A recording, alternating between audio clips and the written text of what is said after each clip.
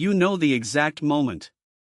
Someone asks you for something, a favor, your time, another commitment stacked on top of the ones already crushing you, and before your brain has even finished processing the request, your mouth is already saying yes.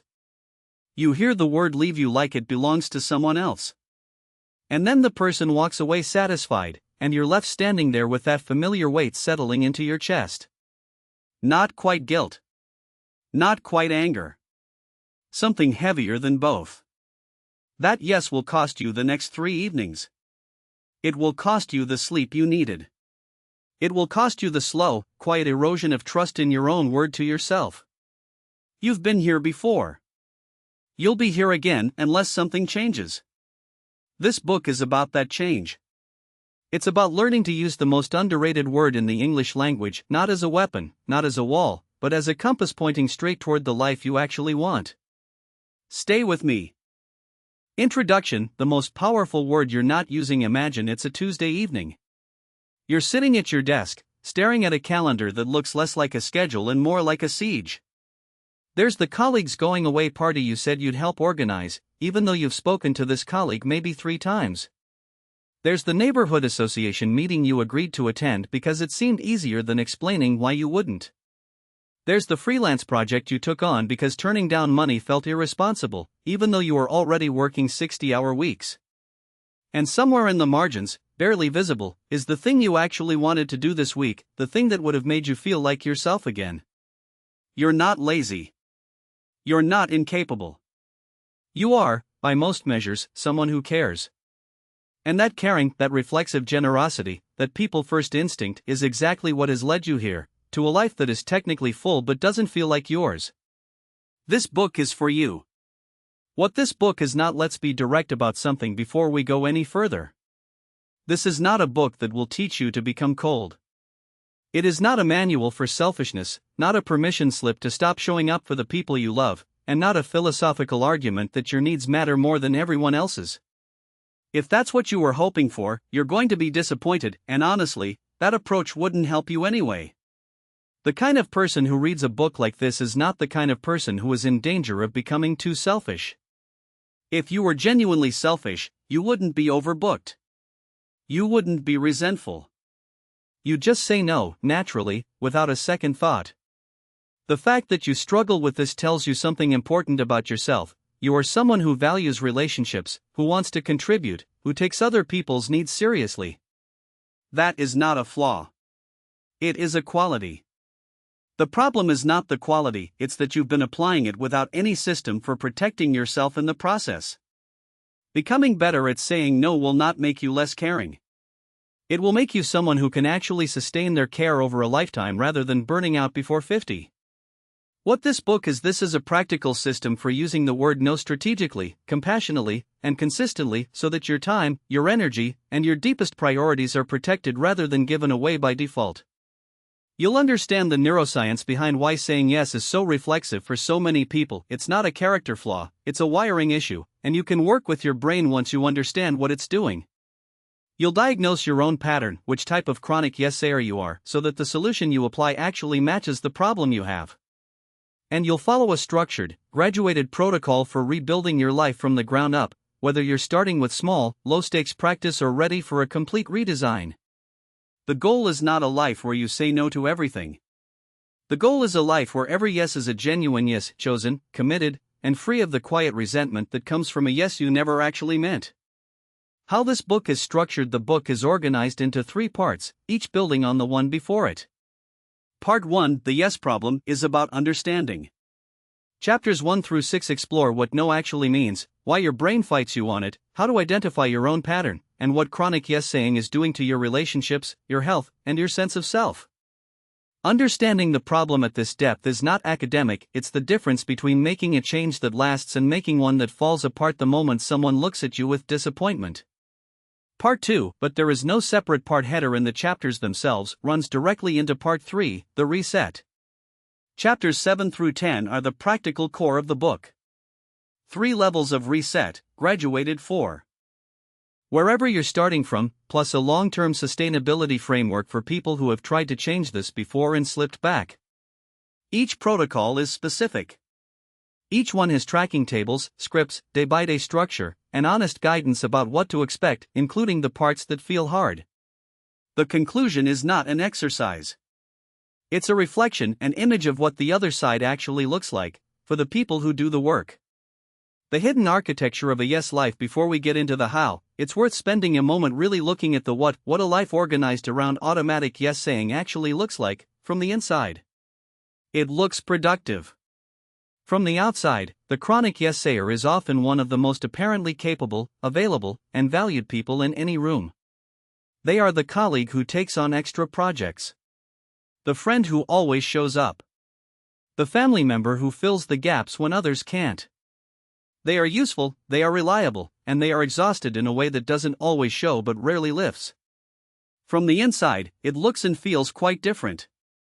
It feels like carrying a backpack that keeps getting heavier because every time you walk past someone who looks like they need something, you stop and pick up their item and add it to your pack, because saying "that's not mine" to carry seems, in the moment, too selfish to say out loud.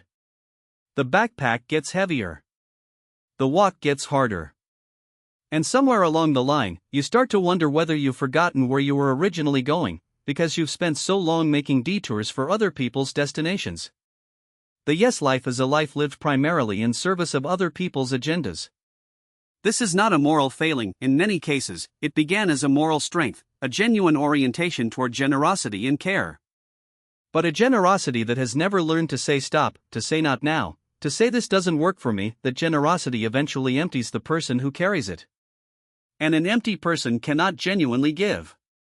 They can only go through the motions of giving, performing generosity while running on fumes, until something, illness, a relationship collapse, a professional crisis, or simply the accumulated exhaustion of years, forces the question that should have been asked much earlier: what do I actually want? This book starts from that question and works backward from it. What has to change in order for that question to have an honest answer, and for that answer to matter in how you actually live? What research actually shows about people who say no? Let's briefly address a concern that is almost universal among people beginning this work: the fear that people who say no clearly and consistently are somehow less liked, less valued, less successful in their relationships and careers than their more accommodating counterparts. This fear, despite feeling deeply true from the inside, is not well supported by the evidence. Social psychology research on assertiveness, which includes the capacity to say no clearly, consistently finds that assertive people are perceived as more competent, more trustworthy, and ultimately more likable than either overly aggressive or overly deferential people. The classic research on this, replicated across cultures, suggests that people read clear, boundaried communication as a sign of self-respect, and they extend respect in turn. The person who can say "that doesn't work for me" without apology is experienced as someone who has a stable, reliable sense of themselves, and that stability is, paradoxically, reassuring to the people around them. In professional contexts, the research on negotiation and performance shows that people who establish clear expectations and limits early in professional relationships consistently perform better and are rated more highly by their managers and collaborators than people who agree to everything and then underdeliver. The yes that cannot be delivered on is, in every practical sense, worse than the no that allowed everyone to plan appropriately. In personal relationships, as noted in Chapter 1 and explored throughout Part 1, the capacity for clear limits is a fundamental component of psychological safety, the condition that makes genuine intimacy possible. People do not feel truly close to someone they can't disappoint. They feel close to someone they can be honest with, including honestly declining things that don't work for them. None of this means saying no is socially costless in all situations. It is not. Choosing honesty over compliance can create friction, particularly in relationships and institutions that have been organized around your compliance. But the costs of saying no are typically far smaller and far more short-lived than the fear of them predicts. And the costs of perpetually saying yes to your health, your time, your relationships, and your sense of self are far larger and more durable than the same fear acknowledges. A word before you begin: you've probably tried to say no more often before. Maybe you made a decision at the end of a particularly brutal week, exhausted and resentful, that things were going to be different. And maybe they were, for a while. But then someone asked for something with just the right amount of need in their eyes, and you could feel the old circuitry light up, and the yes was out of your mouth before you'd even consciously decided to give it. That's not weakness. That's a deeply conditioned response pattern meeting an unprepared conscious mind. You don't win that fight through grit alone. You win it through understanding the opponent, which is not the person making the request, but the fear inside you that says yes is the only safe answer. By the end of this book, you'll know what that fear is made of. You'll have the tools to meet it differently. And you'll have evidence, real, personal evidence from your own experience, that the world does not end when you say no. In fact, in most cases, it gets better. Let's begin. Chapter 1: What No Actually Is. In 1971, a young social psychologist named Stanley Milgram published findings from one of the most disturbing experiments in the history of behavioral science. You've probably heard of it. Participants were instructed to administer what they believed were electric shocks to strangers, and an alarming majority complied, right up to the point where the shocks would have been lethal, simply because an authority figure in a white coat told them to continue. But what gets discussed less often is what Milgram observed in the small percentage of participants who refused. They didn't yell. They didn't storm out. They didn't become hostile. They simply said, in various ways, no. I won't do this. And then they sat quietly with the authority figure's disapproval, held their ground, and left the room with their conscience intact. Milgram later noted that the people who refused weren't less empathetic or less deferential by nature. In many cases, they appeared to be the most emotionally attuned people in the room. But they had, at some point, internalized a clearer boundary between what they were willing to do and what they weren't. Their no was not a rejection of the person in the white coat. It was a statement about their own values. That is what no actually is. Not rejection. Direction. The misconception that's costing you: most people experience saying no as a social act, something they do to another person. And because it's social, it activates all the fears associated with social rejection, disapproval, and conflict. You say no to a friend's invitation, and your nervous system treats it roughly the same as insulting them. You decline a colleague's request for help, and some part of your brain reads it as the beginning of a feud. This is why the word is so hard. It's not because you're weak or overly accommodating, it's because your brain has categorized it as a threat response, and threat responses trigger fear. But here is the reframe that changes everything: saying no is not primarily about the other person at all. It is about you. It is a declaration of where your time, your energy, and your attention are going, and where they are not. When you say no to one thing, you are simultaneously saying yes to something else: your rest, your own project, your mental health, your family, your creative work, the quiet Tuesday evening you actually wanted. The word is not a door slamming in someone's face. It is a compass needle pointing toward what you actually value. Once you feel this distinction in your body, not just understand it intellectually, the whole experience of saying no changes. The guilt doesn't vanish overnight. But it begins to compete with something else: a sense of alignment, a feeling that you are being honest, a recognition that you are living closer to who you actually are. Why humans default to yes, the social approval circuit. To understand why no feels so hard, you need to understand what's happening in your brain when someone makes a request of you. The relevant circuitry here is the brain's social evaluation system, sometimes called the social approval circuit, which includes structures like the ventral striatum, the medial prefrontal cortex, and the anterior cingulate cortex. These regions are active when you're assessing how others perceive you, and they are deeply integrated with the brain's reward and threat systems. When someone asks you for something, your brain is running a rapid threat assessment. What happens if I say yes? What happens if I say no? For many people, particularly those raised in environments where love or safety was conditional on compliance, the answer to the second question is loaded with alarm.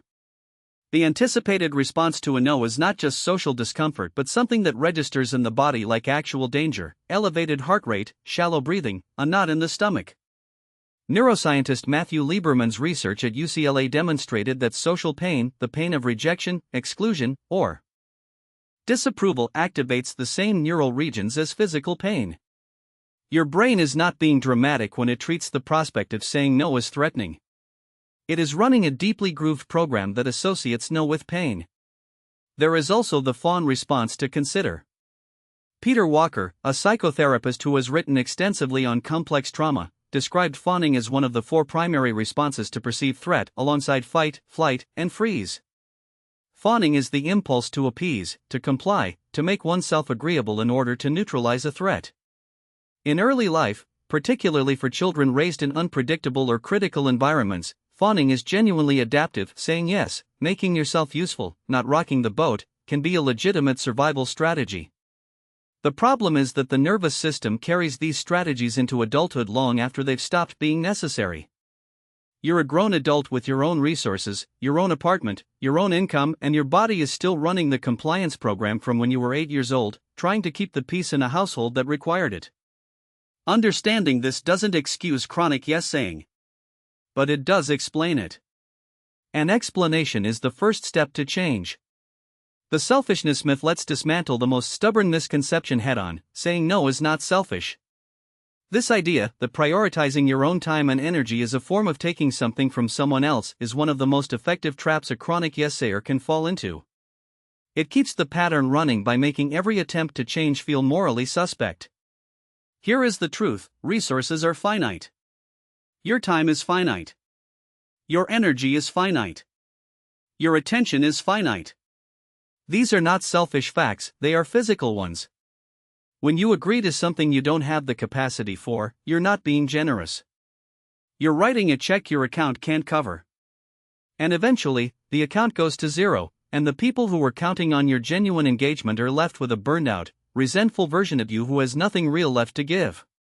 The psychologist and researcher Brené Brown has spent decades studying vulnerability, shame, and human connection, and one of her consistent findings is that the clearest, most boundaried people are also often the most genuinely generous. Not the most compliant, the most generous. Because when they say yes, they mean it completely. Their yes has not been cheapened by the 1,000 automatic yes that preceded it. It carries weight. Saying no is not selfishness. It is resource management. And anyone who has ever depleted their resources completely, through burnout, through chronic overcommitment, through years of saying yes to everyone but themselves, knows that the person left standing at the end of that process has nothing left to offer anyone. What no actually does to relationships here is something counterintuitive that research bears out consistently. In most relationships, saying no does not create distance. It creates clarity. And clarity, for healthy relationships, is the foundation of intimacy. When you are always available, always agreeable, always ready to give more, you become, in a real sense, difficult to trust. Because the people who care about you begin to wonder, is this person actually okay with this, or are they just saying yes? They can't always tell. And neither, increasingly, can you. Your yes starts to mean very little because it's given so uniformly. But when you say no clearly, warmly, without drama, it immediately upgrades the meaning of every yes you give. The people who matter start to understand that when you commit to something, you mean it. That is the beginning of real reliability. Research on psychological safety in relationships, both romantic and professional, consistently shows that the capacity to say no, to disagree, to decline, to set limits is a prerequisite for genuine connection rather than an obstacle to it. Amy Edmondson's research at Harvard Business School on psychological safety in teams found that the highest performing, most collaborative groups were not the ones where everyone always agreed. They were the ones where people felt safe enough to say when something wasn't working, to push back, to decline. The same dynamic applies in friendships, families, and partnerships. You can't truly connect with someone you're too afraid to disappoint. There is also an important long-term effect worth noting. When you consistently say yes when you mean no, you are not preserving the relationship, you are building resentment inside it. The yes is visible. The resentment is not, at first. But it accumulates.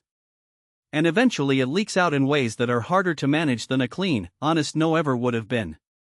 The language we've been taught, part of what makes no feel so difficult is the language that has surrounded it from childhood. Most people grew up in environments, family, school, early social life, where the cultural framing of no was almost uniformly negative. Don't be selfish. You need to learn to share. Think about how that makes them feel. These are not bad lessons in isolation. Generosity, empathy, and consideration for others are genuinely important human qualities. But for many children, the implicit message that arrived alongside them was more complete and more damaging: your needs are less important. Your preferences are secondary. Being good means being available and agreeable, and saying no is a form of failing to be good. This framing doesn't leave when you leave the household.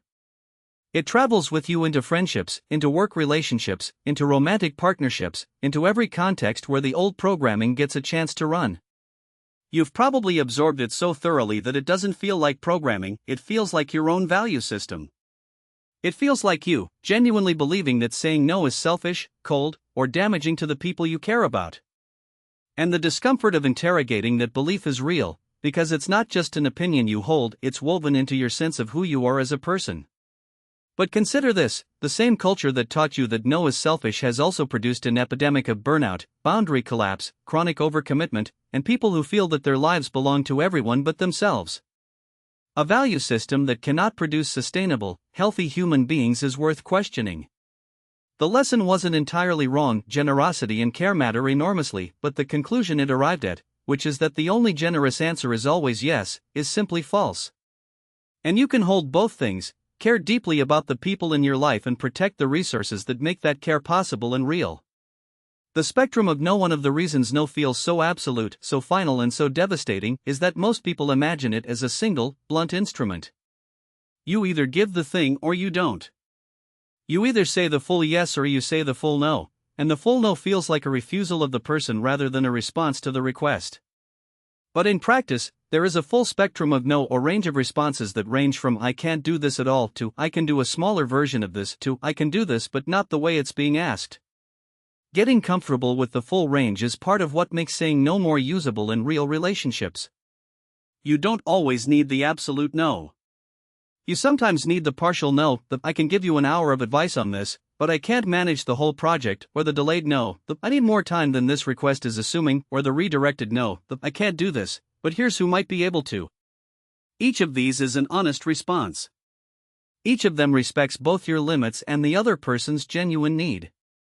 And each of them is infinitely more useful than the automatic yes that says yes to everything and delivers nothing of full quality to any of it. Learning to recognize where on the spectrum a given no falls and to communicate that clearly is one of the more sophisticated skills of this practice. It takes time to develop, and it starts with the basic capacity to say any version of no at all. But keeping the spectrum in mind is useful from the beginning, because it loosens the grip of the all-or-nothing framing that makes no feel so catastrophic. No is a complete sentence, and a compassionate one. One of the most liberating things you can internalize from this chapter is that no doesn't require justification to be valid. The moment you begin over-explaining your reasons, I can't because I have this thing and also my schedule and also I've been really tired, and you are implicitly signaling that the no is negotiable, that a sufficiently compelling counter-argument could overturn it. You're also, subtly, putting yourself on trial for the crime of having limits. A clean, warm, direct no, I'm not going to be able to do that, is a complete communicative act. It respects the other person enough to be honest with them. It doesn't perform guilt. It doesn't audition excuses. It simply states where you stand. This is not coldness. This is the communication style of someone who takes both their own time and the other person's seriously enough to be honest. What no actually is, in the end, is an act of integrity. It is the alignment between what you feel and what you say. For many people, perhaps for you, there is an enormous gap between those two things. This book is about closing that gap. Not all at once. Not with a script. But through a gradual, honest, deeply personal process of learning to mean what you say and say what you mean. What yes has been costing you before moving forward, it's worth taking a clear-eyed look at what the automatic yes has been costing, not in the abstract, but specifically, in your actual life. Not as an indictment of who you've been, but as a genuine accounting of what you're working with. Time is the most obvious cost, and the most immediate. The hours given to obligations that were never genuinely chosen add up to a staggering total over months and years. But time is actually the recoverable cost, the one that starts returning the moment you begin saying no to the things that don't belong in your life. The less recoverable costs are subtler. There is the cost to your creative and intellectual life, the projects and interests and ideas you've deferred indefinitely because there was always something else that needed your attention first, something someone else needed from you, something you'd agreed to that left no room for the work that was actually yours. Creative and intellectual development requires sustained attention and a degree of psychological safety, the sense that there is space for exploration, for uncertain beginnings, for the kind of slow, non-productive investment that eventually produces something real. Chronic overcommitment destroys that safety entirely. The yes-sayer's creative life is perpetually deferred to a future that the calendar never quite produces. There is also the cost to your health, which is no less real for being indirect. Research on chronic stress and its physiological effects is unambiguous: sustained cortisol elevation, chronic sleep disruption, the physical activation of the threat response on a near-daily basis. These are not minor inconveniences. They accumulate into measurable effects on immune function, cardiovascular health, metabolic regulation, and cognitive performance over time. The body registers the cost of chronic overcommitment in ways that the mind sometimes overlooks. And there is the personal cost, the slow narrowing of your sense of who you are, what you prefer, what matters to you, that comes from years of treating your own preferences as negotiable while everyone else's remain non-negotiable. This cost is the most difficult to quantify and the most important to recover. The yes has been costing you these things. The no begins to return them. Practical reflection: take a few minutes with these questions. Write your answers rather than just thinking them. The act of writing creates a different quality of honesty. Think of the last time you said yes to something and immediately felt the weight of it. What was the request? What did you say in response? What did you actually want to say? Now ask yourself, what did you believe would happen if you had said no? Be specific. Name the fear. She would have thought I was selfish. He would have been hurt. They would have stopped inviting me. These beliefs are worth examining. They are the raw material of your yes pattern. Finally, in that situation, do you think the relationship would actually have been damaged by an honest no? Or do you think the relationship would have survived and perhaps even benefited from a cleaner, more honest answer? There are no right answers here. Only honest ones. Chapter 2: Why Your Brain Defaults to Yes. Consider what life looked like for a human being roughly 50,000 years ago. You live in a group of around 150 people. Your survival depends entirely on that group, on their willingness to share food during a bad season, to help defend against predators, to care for your children when you're incapacitated, to include you in the decisions that shape the direction of the tribe. Being cast out from that group is not a social inconvenience. It is, in the most literal sense, a death sentence. Alone on the savannah, you don't last long. And so your nervous system evolved an extraordinarily powerful drive to maintain group membership, to be useful, to be agreeable, to be liked, to avoid the kind of friction that might, in the ancestral environment, have gotten you exiled. Now consider what happens when someone at your office asks if you can help with their project over the weekend. The logical, adult part of your brain understands that saying no will not get you banished from civilization.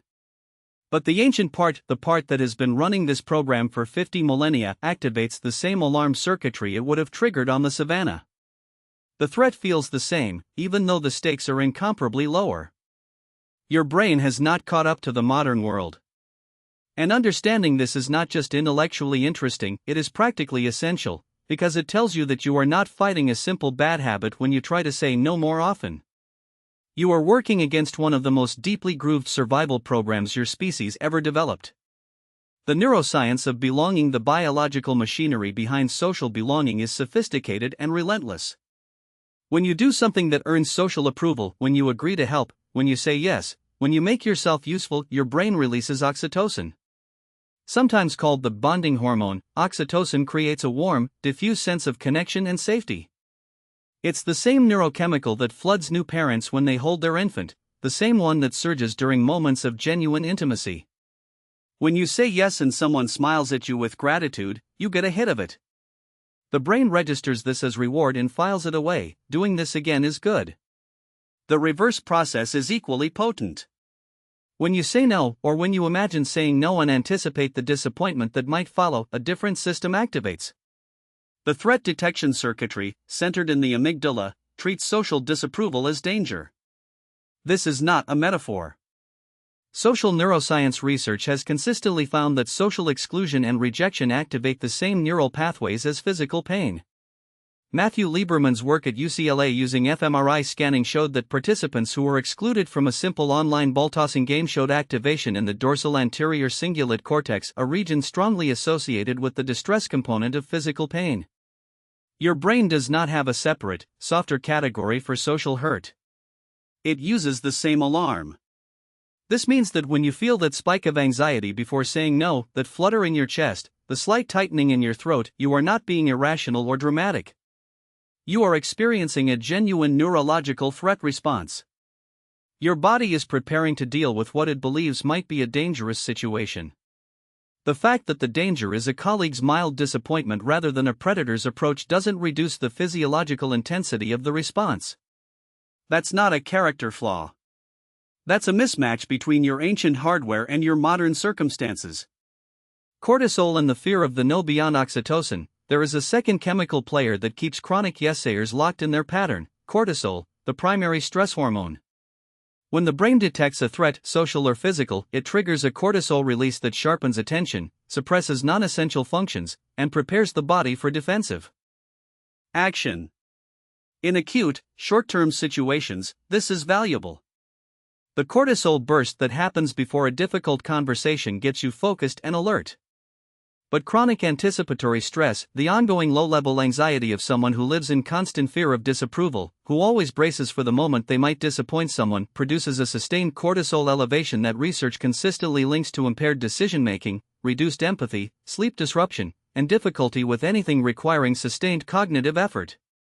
The very faculties you need to make clear, boundaried decisions, clarity of thinking, access to your own preferences, the ability to tolerate discomfort, are degraded by the chronic stress that chronic yes-saying produces.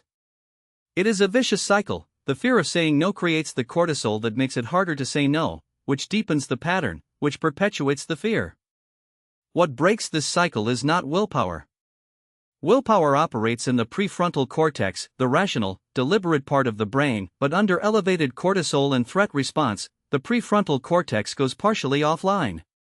Your reasoning capacity diminishes precisely when you need it most. The interruption needs to happen earlier, at the level of pattern recognition, before the threat response is triggered.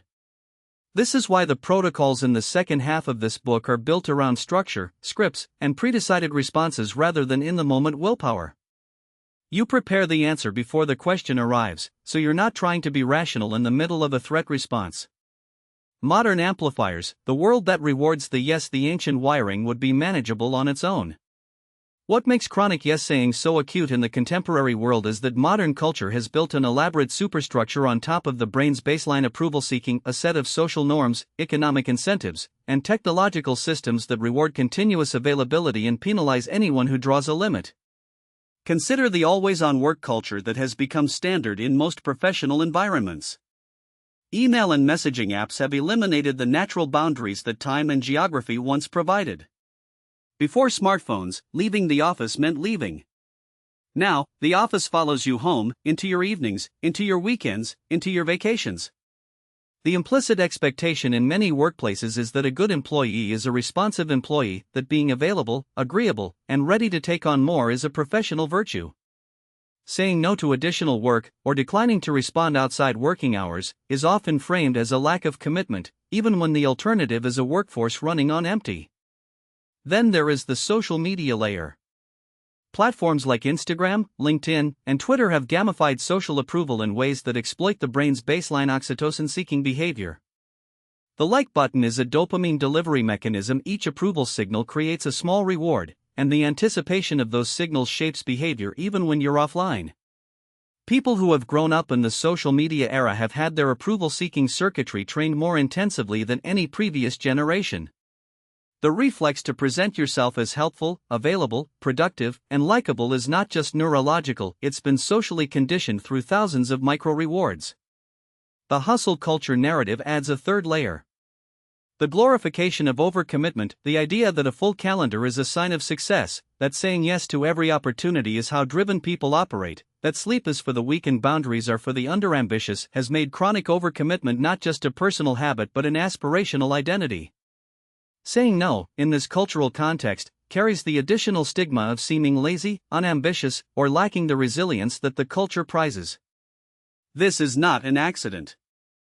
A culture of overcommitment is extremely convenient for employers, clients, platforms, and institutions that benefit from your unlimited availability. The ideology that makes you feel guilty for saying no is also the ideology that benefits most from your compliance. The role of perfectionism and the fear of getting it wrong. One underappreciated driver of chronic yes-saying is perfectionism, not in the sense of wanting things to be done exceptionally well, but in the sense of wanting social interactions to go perfectly, which means, without any hint of displeasure, conflict, or awkwardness on the other person's part. For the perfectionist-adjacent yes-sayer, the possibility of causing even mild disappointment in another person registers as a kind of failure. Not just discomfort, failure.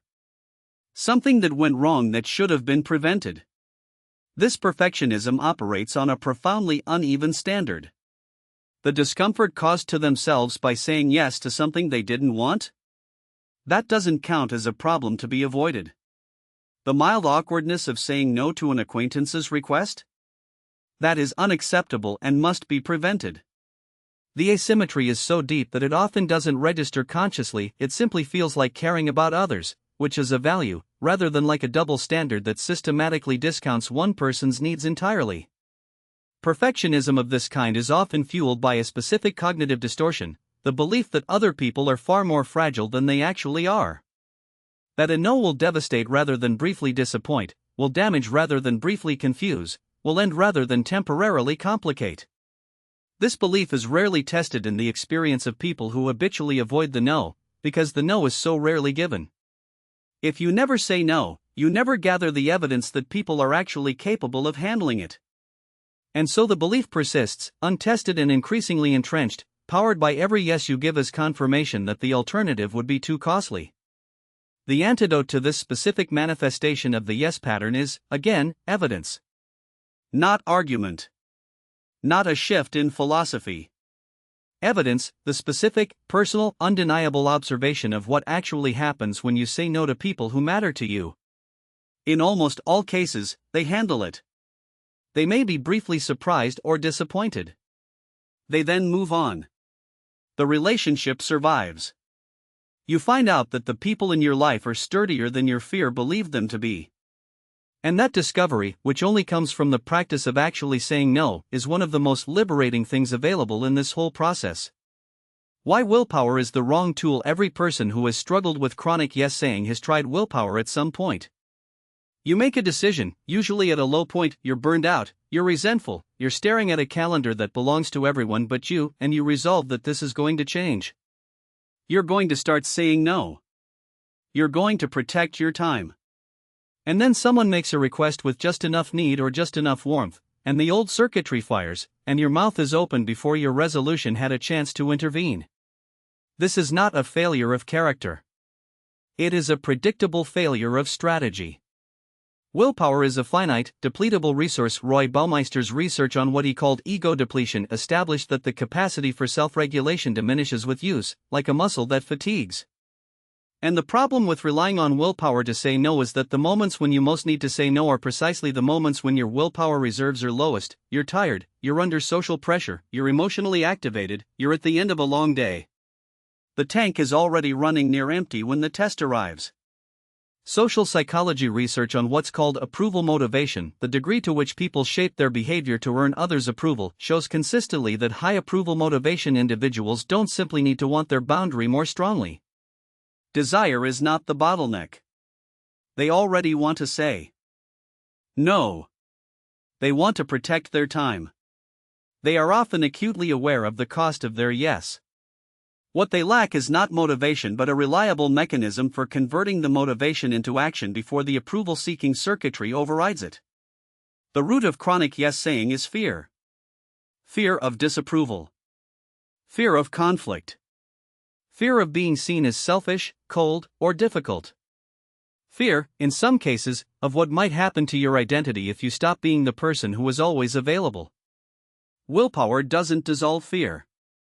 What dissolves fear is evidence, the accumulated experience of saying no and watching the world fail to collapse.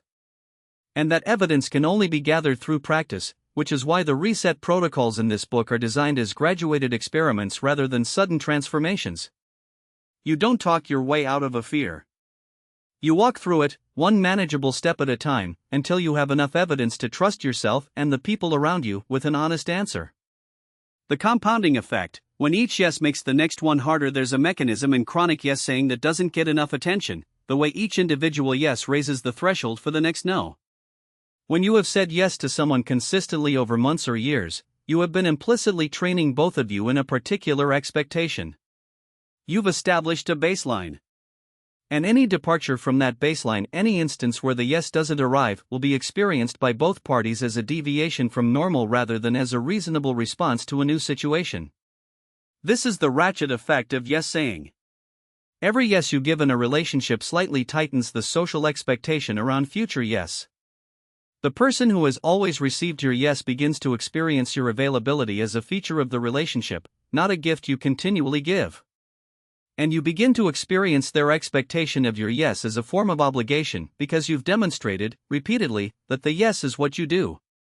Saying no at that point doesn't just feel difficult because of your general fear of disapproval. It feels difficult because it is, genuinely, a change to an established relational norm. And changing established norms requires more energy than maintaining them. This is why the earlier you begin this work, the easier it is. Not because the fear is less intense in the early stages of a relationship, it may actually be more intense, because the relationship is newer and feels more fragile, but because the baseline has not yet been set. Once it has, every subsequent no has to contend not just with the social approval circuit but with the weight of precedent. Understanding the ratchet effect also helps you be more compassionate with yourself about how difficult it is to change long-standing patterns. You're not just changing a habit. You're changing a relational history. That takes time, and it takes more courage in the relationships where the history is longest and deepest. The guilt loop and why it doesn't mean what you think it does. Most people who struggle to say no experience guilt both before and after the attempt. Before, the anticipatory guilt of imagining the other person's disappointment. After, the retrospective guilt of wondering whether the no was actually justified, whether they were being too rigid, whether they should have found a way to say yes after all. This guilt loop is one of the most reliable features of the yes pattern, and it serves a very specific function: it keeps the pattern in place. The guilt loop works because most people treat the presence of guilt as evidence that they've done something wrong. If you feel guilty about saying no, the implicit conclusion is that the no was a mistake, that you should have said yes. But this is a category error. Guilt, in the context of a deeply conditioned compliance pattern, does not track moral wrongness. It tracks deviation from the pattern. When the pattern says say yes and you say no, you feel guilt not because you've done something harmful but because you've triggered the alarm that the old programming uses to enforce itself. The way you distinguish genuine guilt, a signal that you've actually done something that conflicts with your values, from conditioned guilt, the pattern's attempt to reinstate itself, is by asking, calmly and honestly, did anyone actually get hurt? Did the relationship actually fracture? Did anything actually break, not in your imagination, but in the actual, observable world? In the vast majority of cases, the answer is no. The no was survivable. The relationship is intact. The world kept going. And the guilt is the system running its program, not an accurate read of the situation. Over time, as you accumulate evidence that no's are survivable, the guilt begins to lose its authority. It still arrives, it may always arrive, to some degree, but you begin to recognize it for what it is, the old voice, not the true voice. You can hear it without obeying it. That shift, small as it sounds, is one of the most significant developments in this practice. Practical reflections: sit with these questions and give them honest answers. If you have a journal, write in it. If you don't, this might be a good time to start one. Even a plain notebook will do.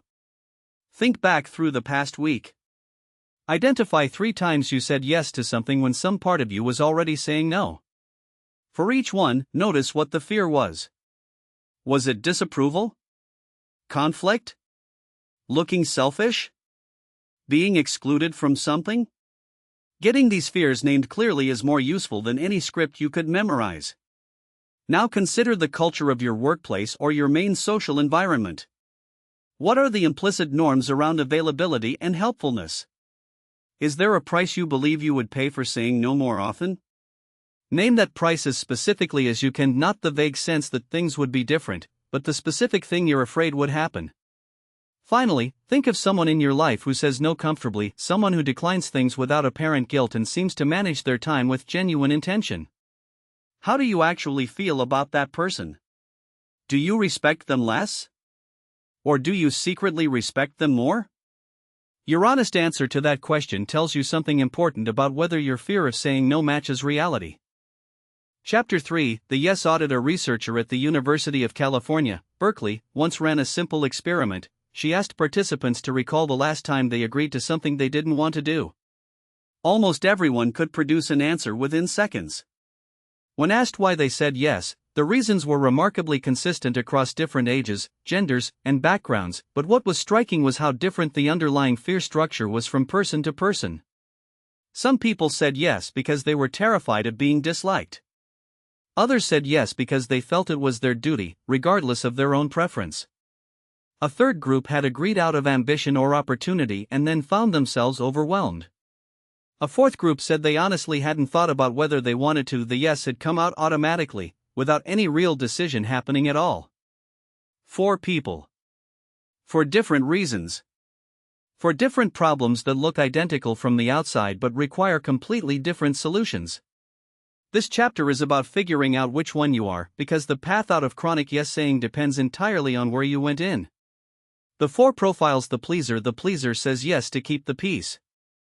Their yes is a preemptive defense, a way of neutralizing potential disapproval before it arrives. Where others might weigh up the pros and cons of a request, the pleaser's brain has already performed a single calculation: will this person be upset if I say no? If the answer is yes, or even maybe, the yes is delivered before a second thought has a chance to form. From the inside, being a pleaser feels like being a genuinely caring person. And in many ways, the pleaser is, they are exquisitely attuned to other people's emotional states, often capable of extraordinary empathy and sensitivity. The problem is that the empathy is running on a substrate of fear rather than genuine generosity. The pleaser is not primarily thinking, I want to help this person. They are primarily thinking, I cannot bear for this person to be unhappy with me. The help that results from that motivation is real, but it costs the pleaser far more than it would cost someone acting from genuine choice. Pleasers often have difficulty knowing what they want, independently of what other people want. When asked for their preference, where to eat, what to do this weekend, which option to choose, they frequently deflect, offering the other person's preference before they've even consulted their own. This is not humility. It is the erasure of their own desires through years of practice at subordinating them. The pleaser's deepest fear is being thought of as difficult, selfish, or cold. They would rather be unhappy than be seen as someone who puts themselves first. This fear is usually rooted in early experiences where love or approval was conditional, where the emotional climate of the family required them to be agreeable in order to be safe. The martyr says yes out of duty.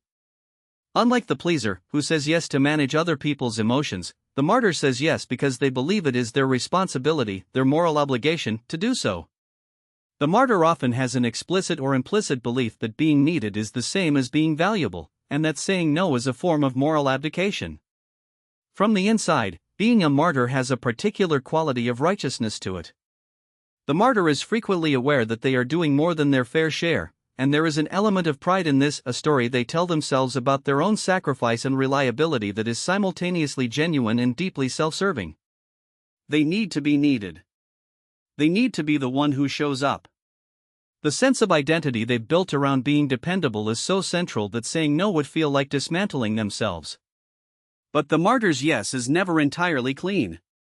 Because it comes from duty rather than desire, it always arrives with a bill attached, not presented immediately, but kept carefully in a running mental ledger. The martyr knows, with quiet precision, exactly how much they have given and exactly how much has been given back to them.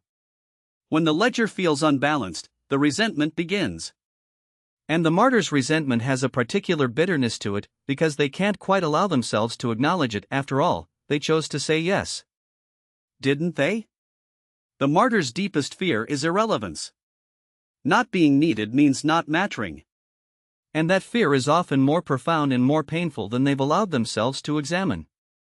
The overcommitter says yes out of ambition, opportunity, or an inability to tolerate the idea of missing out on something.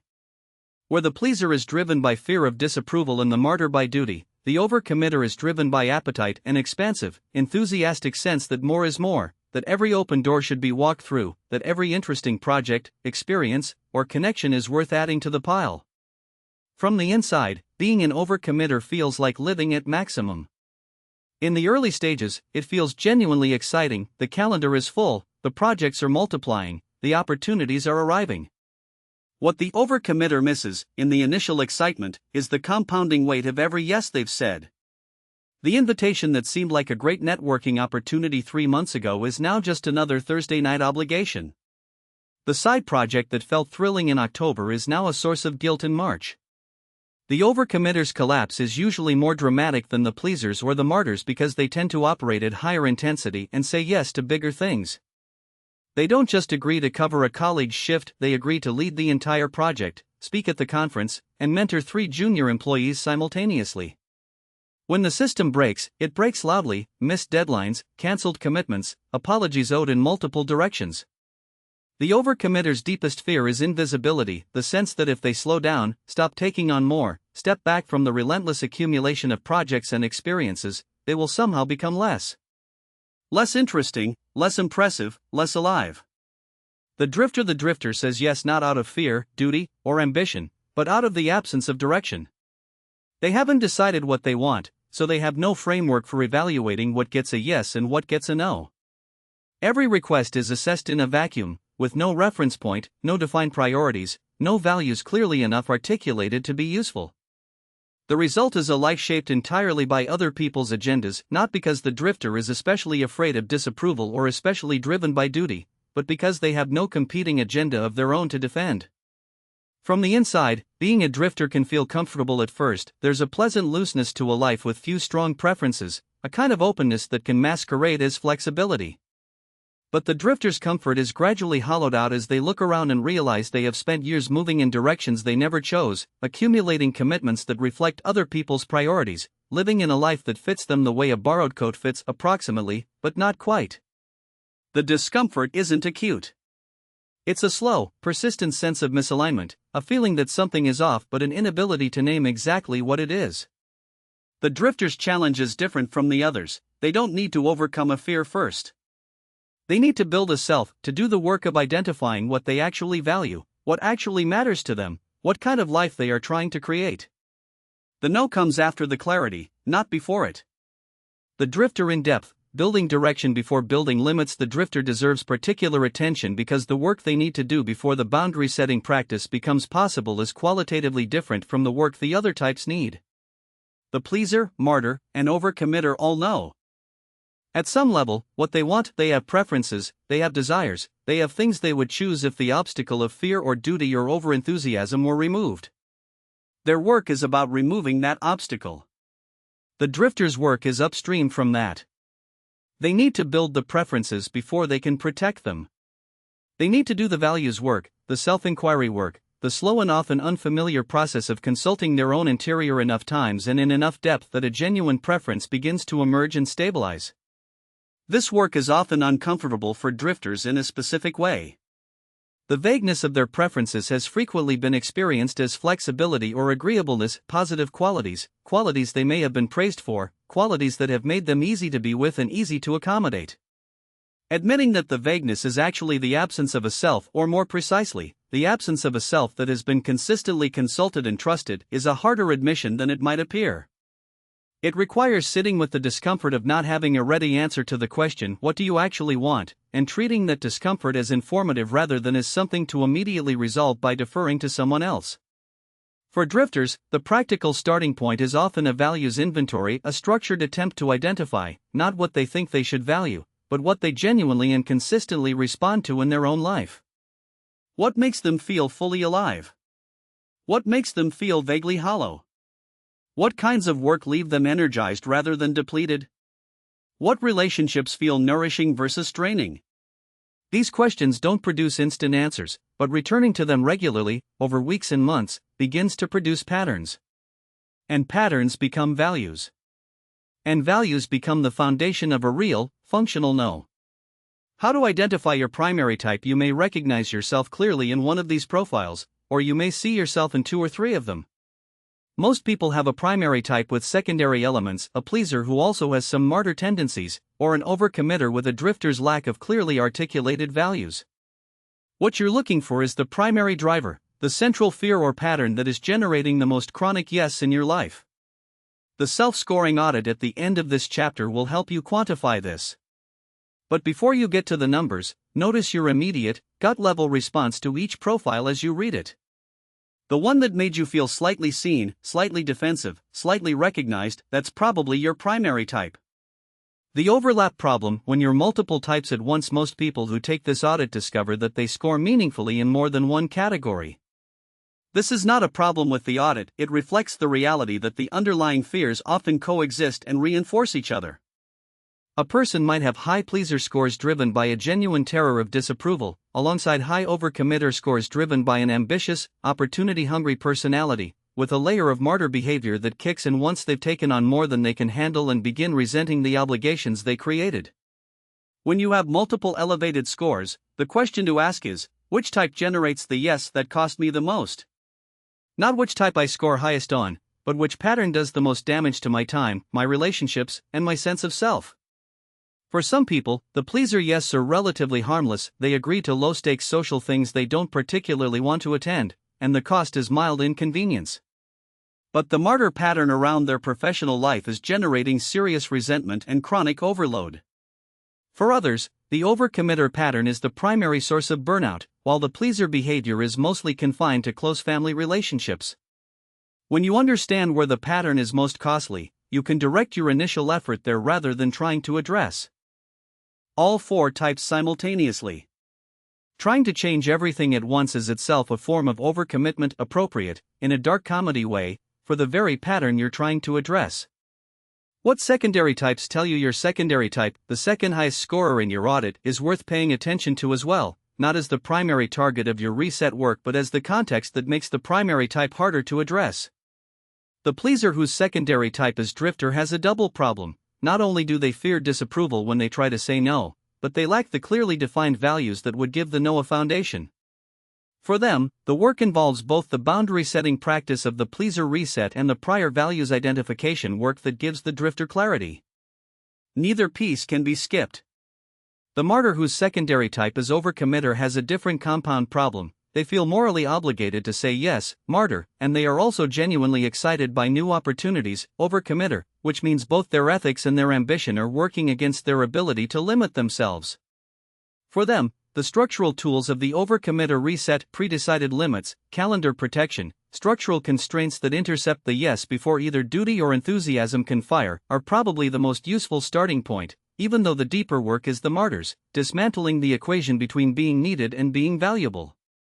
Take these combinations seriously. The path through chronic yes-saying is not generic. It is specific to the particular architecture of your pattern. Why your type determines your reset approach. This matters practically because the solution to each type is different. The pleaser needs exposure therapy, graduated, evidence-based practice at saying no and surviving the anticipated disapproval. The martyr needs to dismantle the equation between being needed and being valuable. The overcommitter needs a structural constraint, a rule, a calendar system, a pre-decided limit that intercepts the yes before the excitement can fire it. And the drifter needs to go upstream entirely, to the values work that makes a boundary possible in the first place. If you try to solve the martyr's problem with the pleaser's tool, you'll make progress in the wrong direction. This is why self-awareness here is not a soft, optional piece of the process. It is the foundation. Practical reflection. This is the self-scoring audit. For each set of 3 statements, rate how accurately the statement describes you on a scale of 1 to 5, where 1 is, this is not me at all, and 5 is, this describes me precisely. Add up your score for each section. Pleaser statements. Statement 1, when I sense that someone might be disappointed by my answer, I change my answer to prevent their disappointment, even if it's not what I actually want. Rate 1 to 5. Statement 2, after I say no to someone, I spend significant time worrying about what they think of me. Rate 1 to 5. Statement 3. When someone pushes back on a no I've given, I almost always find a way to turn it back into a yes. Rate 1 to 5. Pleaser total, max 15 martyr statements. Statement 1. I often feel that I do more than my fair share and that others don't fully appreciate what I contribute. Rate 1 to 5. Statement 2. Saying no feels morally wrong to me, like I'm abandoning a responsibility. Rate 1 to 5. Statement 3. I sometimes resent the commitments I've agreed to, but I would feel guilty if I withdrew from them. Rate 1 to 5. Martyr total, max 15 overcommitter statements. Statement 1. I frequently agree to things in the moment, then feel overwhelmed later when I have to actually follow through. Rate 1 to 5. Statement 2. I find it genuinely difficult to say no to interesting opportunities, even when my plate is already full. Rate 1 to 5. Statement 3. I have missed deadlines or cancelled commitments more often than I'm comfortable with, because I overestimated what I could realistically handle. Rate 1 to 5. Overcommitter total, max 15. Drifter statements. Statement 1. When someone asks me what I want, I often genuinely don't know. Rate 1 to 5. Statement 2. My current schedule and commitments largely reflect other people's priorities rather than my own. Rate 1 to 5. Statement 3. I say yes to things not because I want to but because I don't have a strong reason to say no. Rate 1 to 5. Drifter total, max 15. Your highest score is your primary type. If two scores are within 2 points of each other, you likely have a primary-secondary combination.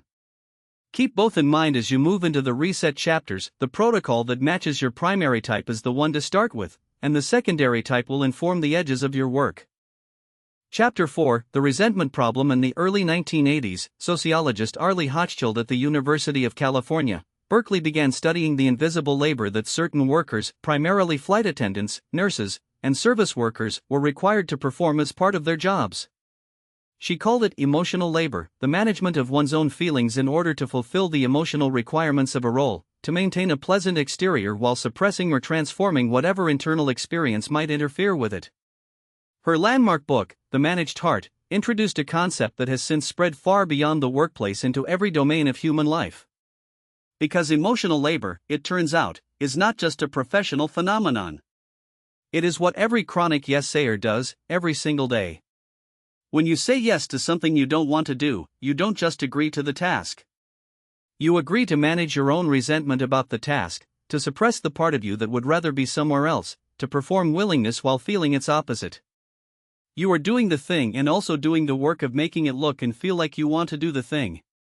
That double effort, the task plus the emotional management of your own resistance, is exhausting in a way that's hard to articulate, because it's largely invisible even to the people doing it. But it is very real. And it accumulates. The architecture of resentment is not a single emotion. It is a structure, a layered composite of suppressed anger, frustrated expectation, and self-directed guilt. It builds slowly, largely below the level of conscious awareness, out of unspoken no's that have been converted into yes through fear or duty or the absence of an alternative strategy. Each time you say yes when you mean no, a small amount of something goes unspoken. Not just the preference, the need behind the preference. The need for rest, or space, or time, or acknowledgement. That unspoken need doesn't disappear. It gets filed. And over time, the filing cabinet gets full. The first few times, the resentment is manageable, a slight edge, a flicker of irritation, quickly suppressed by the awareness that you chose this, that you're being generous, that it's fine. But the filing cabinet doesn't care about your rationalizations. It keeps accepting deposits whether you acknowledge them or not. The dangerous thing about resentment is its invisibility. Particularly in close relationships, it can build for months or years before it becomes detectable from the outside, and by the time it's visible, it's already structurally embedded. It's not the big, obvious anger that erupts in response to a specific event. It's the low-level irritability that colors every interaction. The way you respond a half-second slower. The way a small request from the person you're resenting triggers a disproportionate internal response. The way you find yourself mentally cataloging everything they've ever asked of you, even things you agreed to happily at the time. Resentment retroactively recolors the past. It makes old yes feel like violations you should have prevented. Resentment as relationship corrosion. Here is the damage that unspoken no's do to relationships: they hollow them out from the inside. You're present, you're giving, you're agreeable, and simultaneously, you're building a case against the person you're giving to, even when they don't know they're on trial. This is particularly cruel in its architecture because the person on the receiving end of your yes often has no idea that a resentment is accumulating. They experience you as someone who is helpful and available and enthusiastic. They have no data to suggest anything is wrong. And so they keep making requests reasonably, within the framework they've been given, while the pressure inside you continues to build. When resentment eventually does surface, and it always does, it rarely comes out cleanly.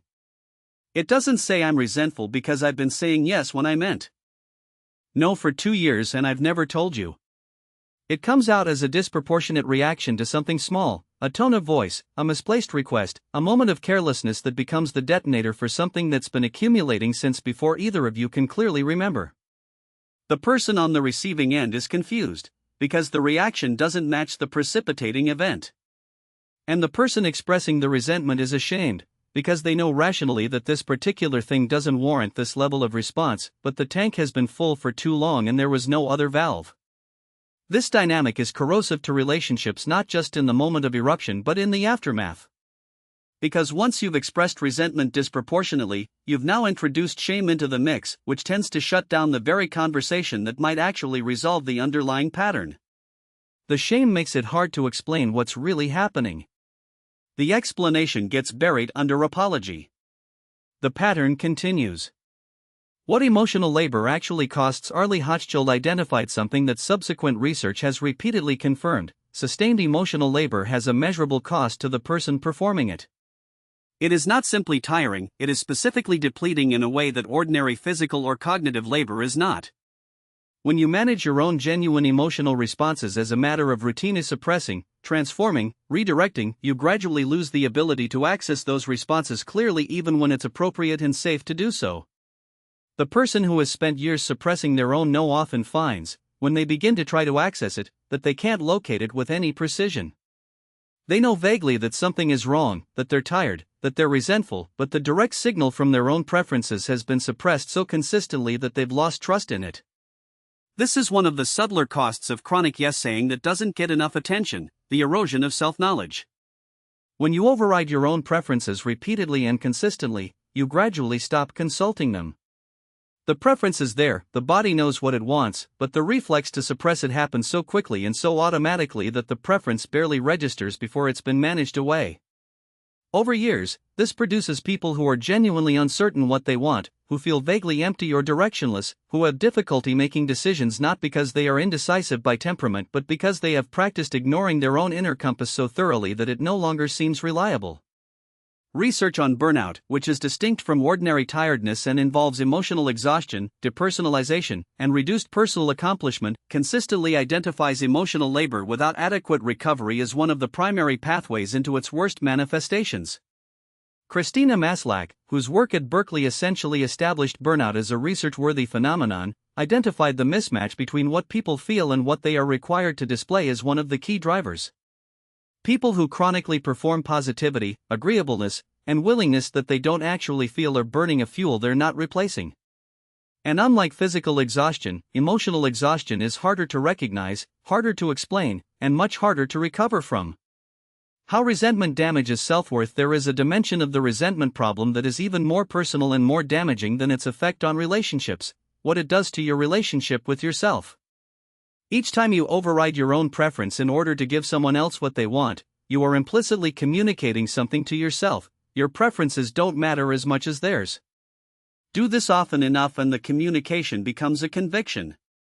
The conviction erodes your sense of your own value, not dramatically, not all at once, but in the small, steady, accumulating way that all of the most significant changes in self-perception happen.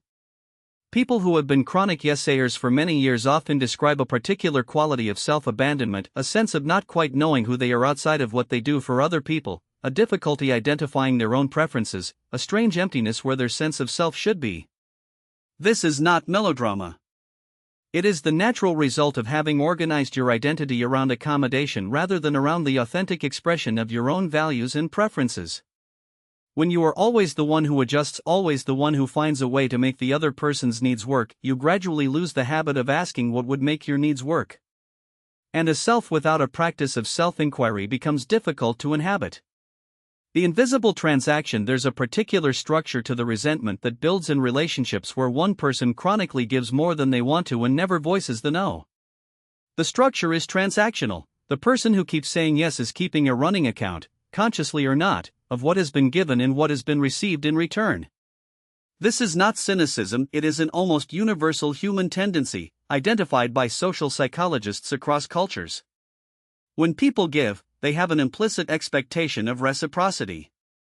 Not necessarily the same thing given back, but some form of recognition, appreciation, or return that signals that the giving was registered and valued.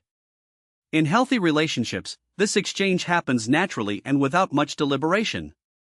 But when one person is giving out of obligation or fear rather than genuine choice, the exchange becomes loaded.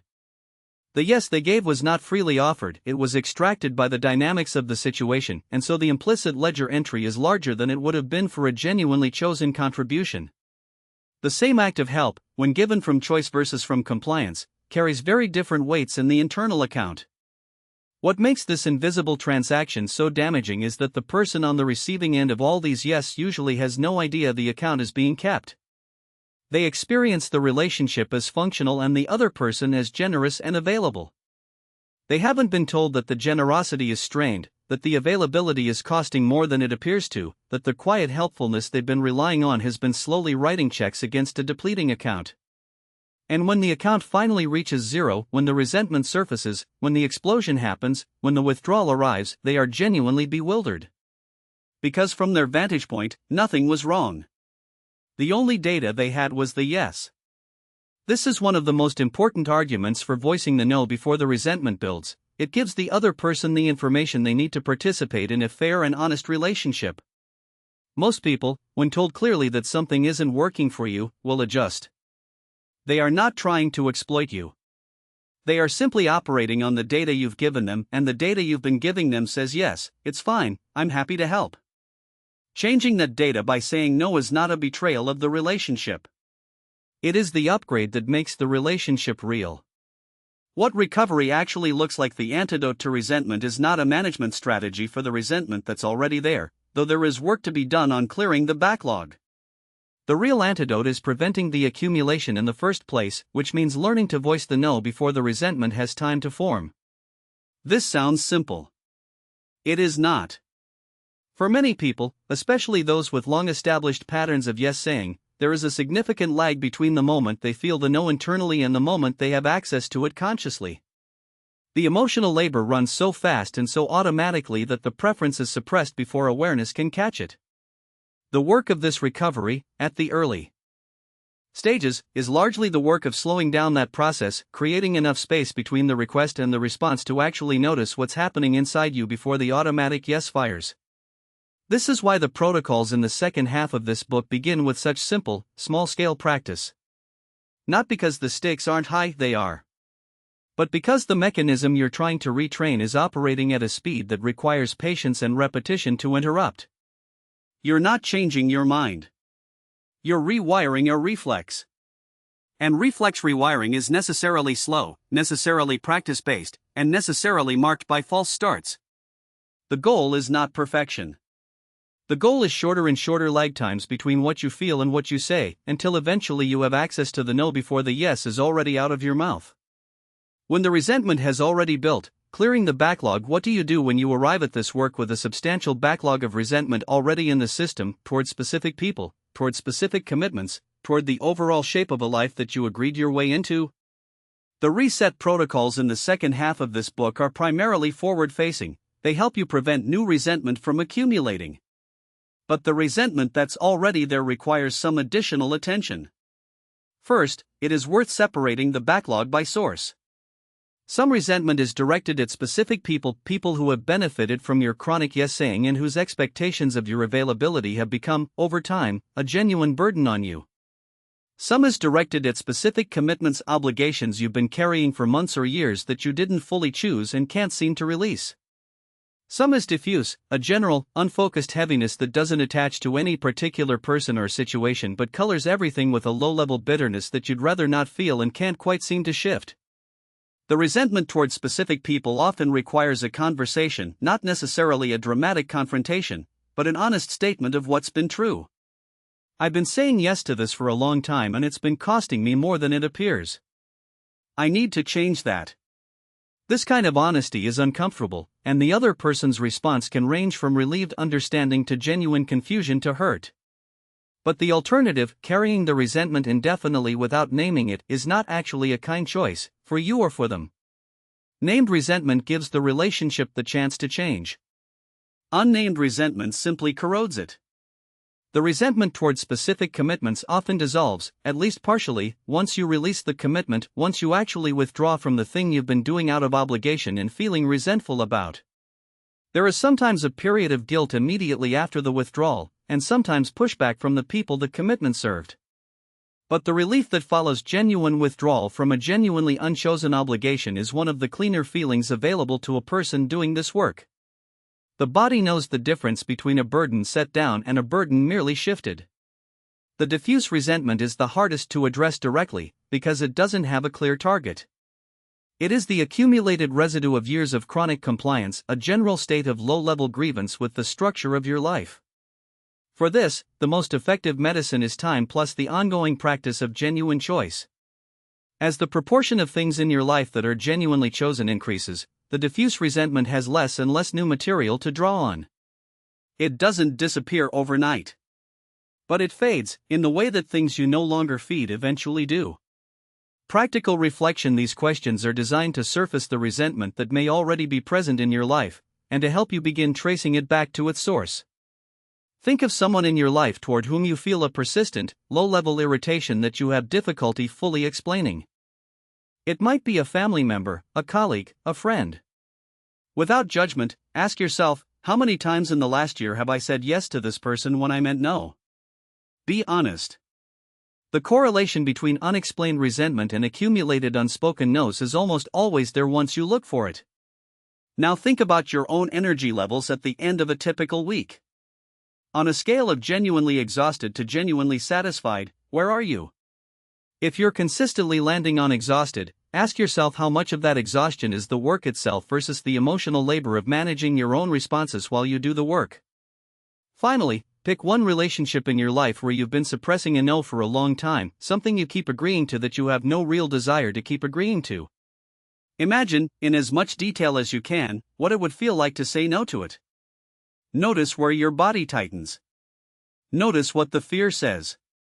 Write the fear down, specifically. That fear is the thing between you and your own resentment-free life. Getting to know it is not optional. Chapter 5, The Overload Problem. In the late 1990s, a psychologist named Barry Schwartz began studying something that seemed, on the surface, like a purely modern luxury problem, the paralysis of too many choices.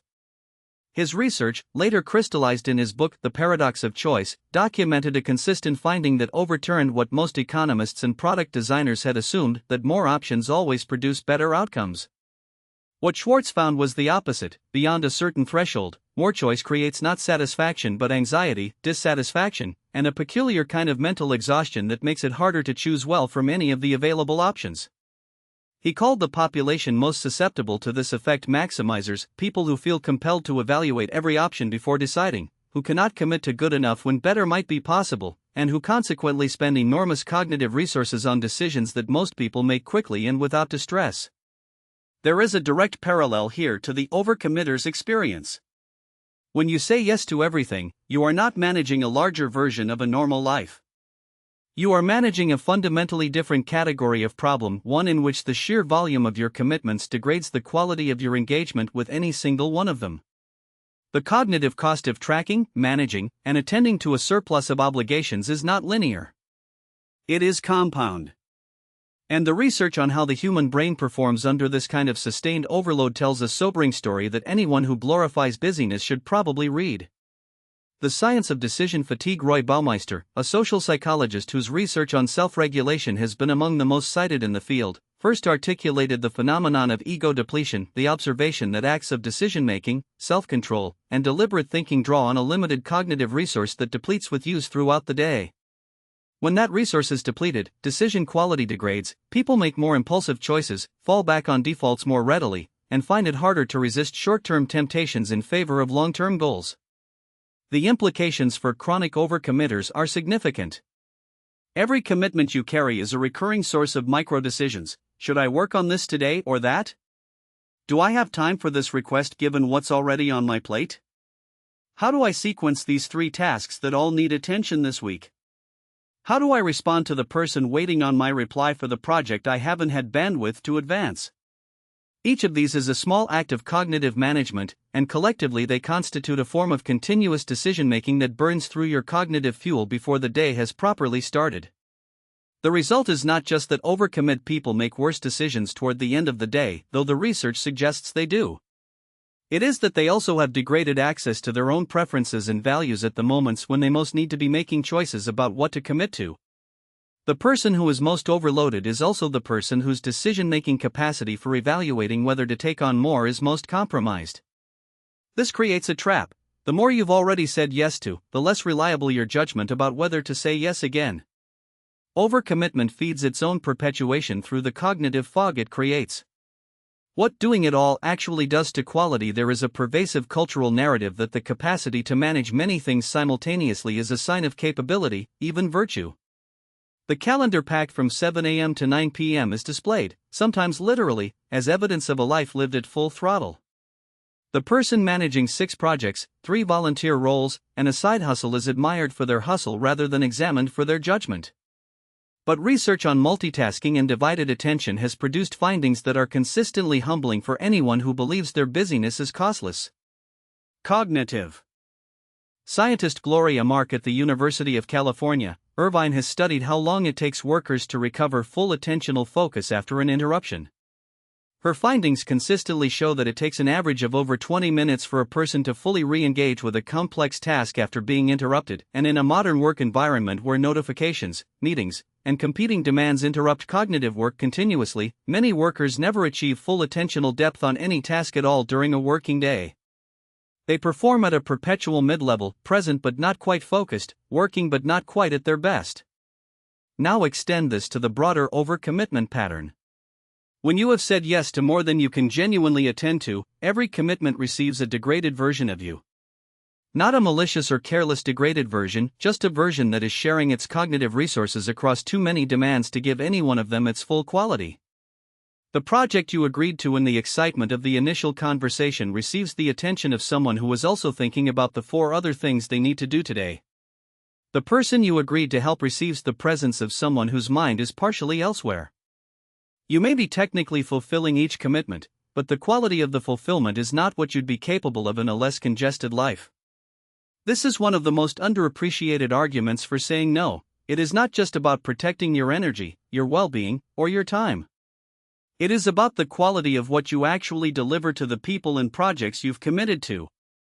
Fewer genuine commitments, pursued with full attention, produce better outcomes than many fragmented ones pursued at diminished capacity. Saying no to the request that didn't fully fit is an act of quality control for everything else.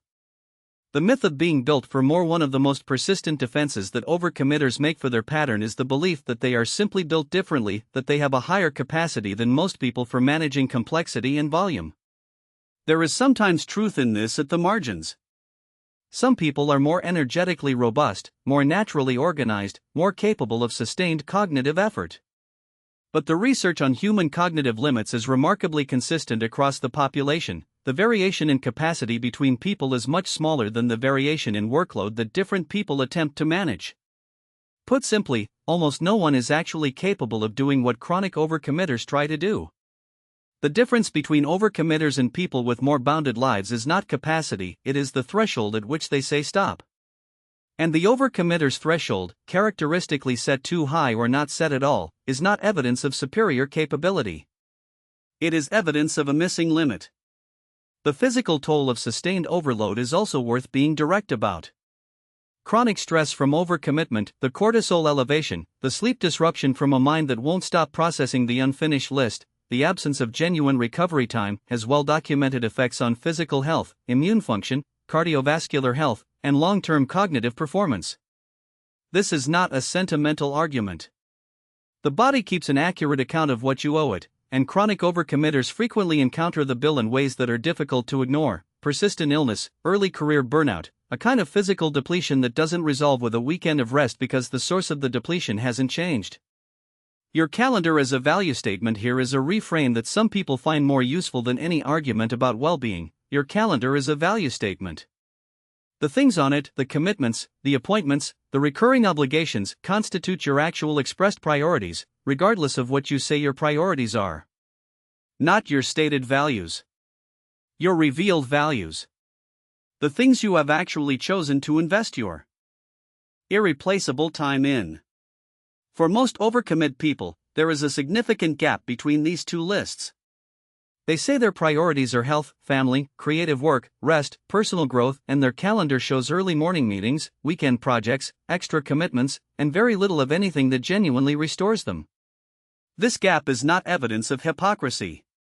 It is evidence of a system that has never been actively managed. The argument for protecting your calendar as aggressively as you protect your bank account rests on a simple piece of mathematics: time is finite in a way that money, technically, is not. You can earn more money. You can lose money and recover it. Time moves in only one direction and at a fixed rate. An hour committed to something you don't actually value is an hour that does not exist anywhere else. It cannot be recovered. The opportunity cost of saying yes to the wrong things is not just the immediate burden of doing them. It is the permanent loss of the time that could have been spent on something that actually mattered to you. Protecting your calendar requires saying no to things that don't belong in it. It requires a prior decision made in calm, reflective moments rather than in the social pressure of the request about what your hours are for. And it requires enough respect for your own time to decline the things that would take that time without returning anything of equivalent value. The hidden cost of the half-done. One of the least discussed consequences of chronic overcommitment is the accumulation of half-done things, the projects that got a yes but never got the full attention required to actually complete them well, the relationships that got agreed to but never got the genuine presence they deserved, the commitments that received the technical minimum but not the engaged, invested energy that would have made them worthwhile. The half-done pile is the physical manifestation of a life where the yes have exceeded the available capacity. Half-done things carry a specific kind of psychological weight. Unlike undone things, tasks you haven't started and don't intend to start, half-done things come with an existing investment, time you've already spent, expectations you've already generated, a commitment that is partly fulfilled but not complete. They hover at the edge of your awareness, requiring ongoing cognitive management even when you're not actively working on them. They represent a form of cognitive debt that compounds over time, drawing interest from your available attention even when they're not on the current agenda. Research on what psychologists call the Zeigarnik effect, named for Bluma Zeigarnik, who observed in the 1920s that people remember uncompleted tasks more readily than completed ones, helps explain why the half-done pile is so mentally expensive. The brain holds open loops for unfinished business in a way it doesn't for finished tasks. Each uncompleted commitment occupies a small but real amount of mental bandwidth, surfacing periodically in intrusive thoughts, mild background anxiety, or the specific quality of dread that comes from knowing you have something outstanding that you haven't dealt with. Multiply this across the dozens of half-done commitments that characterize a seriously overloaded life, and you have a significant portion of your cognitive capacity perpetually occupied by work you've agreed to but haven't completed. The only exit from the half-done pile is either completion or honest withdrawal, releasing the commitment with clear communication and genuine acknowledgement of the gap. Both require the courage of honesty. And both are substantially easier to manage when the commitments being made in the first place are filtered through a genuine assessment of capacity rather than the enthusiasm or the fear of the moment. The reset approach to overload. The approach to overload that this book recommends is not incremental reduction. It is not the suggestion that you do slightly less and hope to feel slightly better. For many people in serious overload, incrementalism doesn't work because the cognitive fog of overcommitment makes it difficult to evaluate which commitments to trim, and the social pressure around each individual commitment makes it easy to rationalize keeping all of them. The reset approach is structural. It begins not with what to cut but with what to keep, with a prior decision about what your time is actually for, made at the level of values before descending to the level of calendar entries. Once you have a clear answer to what does my life need to contain for it to feel like mine, the question of what to say no to becomes much easier. You're not weighing one commitment against another in isolation. You're evaluating each commitment against a standard you've set in advance. This is the work of the protocols in the later chapters. But the foundation for that work is laid here, in understanding that overload is not a character trait, not a sign of superior capacity, and not a sustainable condition. It is a temporary emergency state that your body and your brain are not designed to occupy indefinitely. And the path out is not through managing the overload more cleverly. It is through saying no to enough of its sources that the emergency state can genuinely end. The opportunity cost you're not counting there is a dimension of overcommitment that is almost never part of the conscious calculation when you say yes, the cost not just of what you're agreeing to, but of what you will not be doing as a result. Economics calls this opportunity cost the value of the next best alternative that is foregone when a choice is made. In everyday life, people are not naturally good at tracking opportunity cost. You see the request in front of you, you respond to it, and the thing you didn't do, the thing that the yes displaced, remains invisible because it never entered the equation. But it is real. When you agree to spend Saturday helping with someone else's project, you are not just giving Saturday. You are not giving yourself the rest that would have recharged you for the next week. You are not giving yourself the creative work you've been meaning to return to. You are not giving yourself the genuine leisure that replenishes attention and generates the kind of diffuse thinking from which insight emerges. You are not giving yourself the Saturday morning that might have been the best part of this particular week. All of these things are real, they have real value, and they are gone, not just postponed but genuinely gone, because the yes happened without counting them. The reason opportunity cost is systematically underweighted is that it deals in things that don't exist yet, future states that are prevented rather than present resources that are taken. The Saturday project is a concrete, visible commitment. The rest you won't get is abstract, a potential that will never be realized. The brain is not well calibrated to compare concrete requests against abstract foregone possibilities. It consistently overweights the concrete. One way to rebalance this is to make the opportunity cost visible before saying yes. When a request arrives, before responding, ask explicitly, what am I giving up if I say yes to this? Name it. If you can name it and still want to say yes, say yes. But if the thing you're giving up, the afternoon of creative work, the dinner with your partner, the weekend of genuine rest, is something you actually value more than the thing being asked of you, then the yes is a bad trade. Not a generous one. Practical reflection. This reflection is an audit of your current commitments, not a wishful thinking exercise, but a clear-eyed look at what's actually on your plate and why it got there. Write down every significant recurring commitment in your life right now: professional responsibilities, personal obligations, social commitments, volunteer work, side projects, family duties. Don't filter, include everything that takes regular time and attention from you. Now, go through the list and mark each item with one of three labels. G for genuine desire, I would choose this even if I could drop it. O for obligation, I'm doing this because I feel I should, not because I want to. Or H for habit, I'm doing this because I've always done it and haven't stopped to ask if I should keep doing it. Count the O's and H's. These are your overload candidates, the commitments that are consuming your time without being genuinely chosen. Now ask yourself, what would have to be true for me to release one of these this month? Not all of them. 1. What is the fear, and what is the actual risk if I let this go? The purpose of this exercise is not to immediately drop everything that isn't a G. It is to make the unconscious architecture of your overcommitment visible so that when you move into the reset protocols, you have a clear picture of what you're working with. Chapter 6, Saying No in Your Relationships. The clinical literature on what psychologists call codependency, a pattern of relationship where one person's identity and emotional stability become organized around meeting another person's needs, is full of case studies that look, at first glance, like stories about very devoted, very caring people. And in a sense, they are. The defining feature of a codependent dynamic is not selfishness but its apparent opposite, a person so focused on others, so attuned to other people's emotional states, so organized around being needed and useful and available, that their own needs have become almost invisible.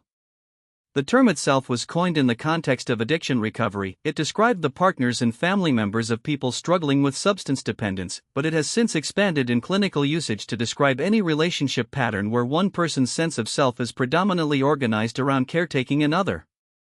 What the research makes clear is that this pattern, despite its surface appearance of generosity, produces enormous suffering for the person in the caretaking role and, often, for the relationship itself. The inability to say no is not peripheral to codependency. It is its central mechanism. Because if you can say no, if you can maintain a clear sense of what you will and won't do, what you need and don't need, what your limits are and what they aren't, you can't be in a fully codependent dynamic. The codependency requires the yes. All of them. Indefinitely. When your identity becomes tied to being needed, there's a version of identity that most chronic yes-sayers haven't quite articulated to themselves but recognize when it's described: the identity built around being the person who is always there. Always available. Always capable of finding more to give. The one who helps. The one who shows up.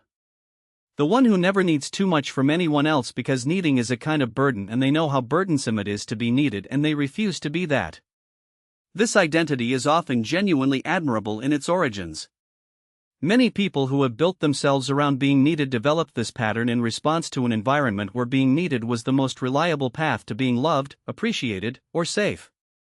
If the family or system they grew up in was organized around a particular kind of need, an unwell parent, an emotionally volatile household, a situation that required someone to be consistently useful in order to maintain stability, then being needed wasn't just a role. It was a survival strategy. It was how you justified your presence.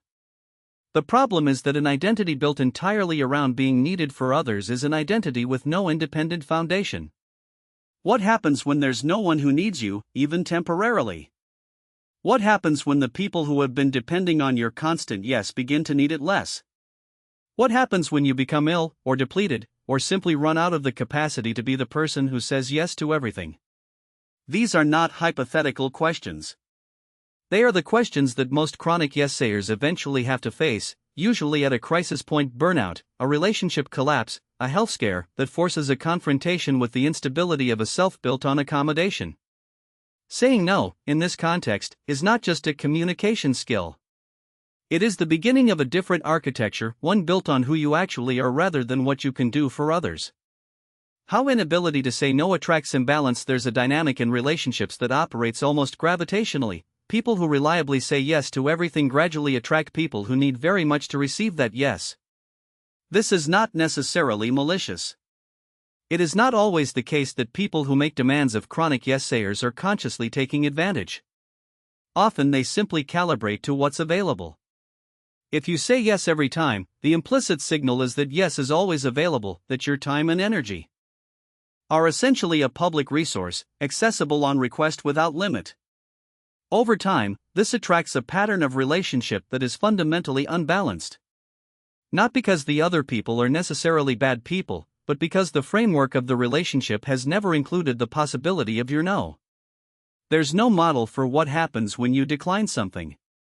And so when you begin to actually decline things, when you start practicing the boundary-setting work of this book, the results can be genuinely disorienting for everyone involved. Some people in your life will adapt quickly and gracefully. They'll be surprised, perhaps, but they'll respect the new information and update their model of what's available from you. These are the relationships built on genuine mutual regard. The relationships that feel more rattled by your new capacity to say no or telling you something important about their structure. A relationship that requires your unlimited availability in order to remain stable is not, in the full sense, a relationship based on who you are. It is a relationship based on what you provide. Distinguishing between these is uncomfortable but necessary. The intimacy paradox here is something that most people who struggle to say no find deeply counterintuitive. Boundaries create intimacy, not barriers to it. The intimacy paradox is that genuine closeness between two people requires that both of them be clearly themselves, that both of them have a sense of where they end and the other person begins, of what they want and what they don't, of what they're willing to give and what they're not. When one person in a relationship has no clear sense of their own limits, the relationship cannot be between two distinct people. It is between one person and someone else's projection of what they need that person to be. Real intimacy requires the possibility of disappointment. It requires that both people be capable of saying no, I won't do that, or I need something different here, or that doesn't work for me, and that the relationship can survive and even deepen through those moments of honest friction. The relationship that cannot contain a no is not intimate. It is a performance of intimacy maintained by the constant management of one person's authentic responses. When you begin saying no in relationships that have not previously experienced it, the initial disruption is real. There may be confusion, hurt, pushback, renegotiation. This disruption is often the most frightening part of the process for people who have organized their relational identity around never causing disruption. But what happens on the other side of that disruption in relationships that are genuine is that both people come to know each other better. The relationship becomes more honest. And honesty, over time, is what makes connection feel like something worth having. The particular difficulty of family no domain makes saying no harder than family. The family system is typically where the yes pattern originated. After all, it was developed in response to the specific relational dynamics of the household you grew up in, and those dynamics are encoded in ways that don't simply dissolve when you become an adult. When you visit your parents, some part of your nervous system goes back to being the person it learned to be in that house. The coping strategies that were once necessary reactivate, not because they're appropriate now, but because the context triggers them. Saying no to parents is particularly loaded because it often activates a complex tangle of love, gratitude, guilt, and unresolved old dynamics simultaneously. The parent who asks for your help with a move, with a family gathering, with a task that's within their reach but easier with your involvement is not just making a logistical request. They are, consciously or not, making a bid for connection and for reassurance that they remain important to you. Your no can feel, to them, like it carries far more weight than it does, like a statement about the relationship rather than about this particular request on this particular day. This doesn't mean you always say yes to your parents. It means you say no with particular care, acknowledging what you can, being clear about what you can't, and doing both without the sprawling justification that chronic yes-sayers tend to deploy when they finally do manage to decline something. I won't be able to help with that this weekend, but I'd love to come for dinner on Sunday is a complete response. It is honest, it is warm, and it doesn't require you to explain your entire inner psychology in order to be valid. Saying no to siblings, partners, and children has its own specific texture. Siblings often carry the residue of childhood hierarchy, the role you played in the family, the unspoken rules about who gets to want what. Partners, particularly in long-term relationships, have often built their model of the relationship partly around your historic availability, and shifting it requires explicit renegotiation rather than unilateral withdrawal. Children require age-appropriate honesty about limits, modeling healthy boundary setting rather than simply issuing decrees. Each of these deserves care and specificity. The scripts and the protocol chapters provide that. But the underlying principle is the same: your no, expressed warmly and clearly, is not a betrayal of the relationship. It is a bid for it to become more honest. The slow disappearing act. There is a particular way that chronic yes-saying erodes the self in relationships over time, not through a single dramatic loss, but through the slow, accumulative process of making yourself smaller and smaller in order to fit the shape of what other people need. The person who always yields on the restaurant choice. The person who always adjusts their schedule to accommodate someone else's. The person who consistently defers to the other person's preferences on where to spend holidays, how to manage money, what to do on weekends, how to navigate important decisions. In any single instance, the yielding seems gracious. Over time, it produces a person who no longer quite knows where their own preferences begin, because the practice of consulting and then subordinating them has become so automatic that the consultation step has been dropped entirely. Psychologists who study relationship dynamics have described this process, the gradual erasure of one person's preferences in service of the other person's, as a kind of self-silencing, and research consistently links it to depression, anxiety, and a specific kind of relationship dissatisfaction that can coexist with genuine love. You can love a person and simultaneously feel that the relationship has consumed your sense of self. These two things are not contradictory. They simply describe a dynamic where the yes pattern has run so consistently and so thoroughly that there is very little of the original person left outside the relationship to consult. Rebuilding the self in this context is not easy, and it does not happen quickly. But it begins with the same mechanism as all the other work in this book, a no. Not a dramatic, boundary-setting declaration, necessarily. Sometimes it is as simple as having a preference when someone asks where you want to eat, and saying it out loud rather than redirecting the question. The smallest assertions of self are where the self begins to return. How the process can initially feel like damage and why it usually isn't. Let's be honest about something that other books on this topic sometimes skip. When you begin saying no to people who have been receiving your yes for years, there will be friction. There will be people who don't respond gracefully. There will be moments that feel like damage, a conversation that ends badly, a relationship that enters a difficult period, a person who decides, at least temporarily, that they preferred the old you. This is real, and it's worth naming. The process of shifting a long-established pattern in a relationship is not painless. Some people will not adapt. Some relationships will reveal themselves to have been more transactional than you realized, and the loss of those transactions will produce genuine grieving, even if the relationship was not, ultimately, one that served you well. But consider what the alternative actually offers. The alternative is a life in which your relationships are nominally intact but increasingly hollow, where you're present and agreeable and resentful, where the closeness you experience is the closeness of someone performing intimacy rather than actually having it. Where the relationships you protect by never saying no are protected at the cost of your own truth, your own energy, and eventually your own capacity to be genuinely present in them. The relationships that survive your honesty, and most of the real ones, will emerge from that process stronger, more accurate, more mutual, more worth having. The relationships that don't survive an honest no were, by that very fact, telling you something important about their nature. That information is painful to receive. It is also, eventually, liberating. On guilt and grief in the process. When you begin changing a long-established relational pattern, you will likely encounter something that isn't quite guilt and isn't quite sadness but has elements of both, the grief of recognizing how much of certain relationships has been built on a foundation that wasn't real. The conversations that were smooth because you never disagreed. The periods of closeness that were driven largely by your availability rather than by genuine mutual desire to be together. The years of a dynamic that worked, technically, but worked because you were managing it rather than because it was genuinely mutual. Seeing this clearly is both liberating and genuinely sorrowful. It does not mean the relationships were worthless, it means they had a distortion in them, one that you now have the awareness to begin addressing. But the addressing does involve a kind of mourning for the version of the relationship that won't continue in the same way, and that mourning is worth allowing rather than rushing past.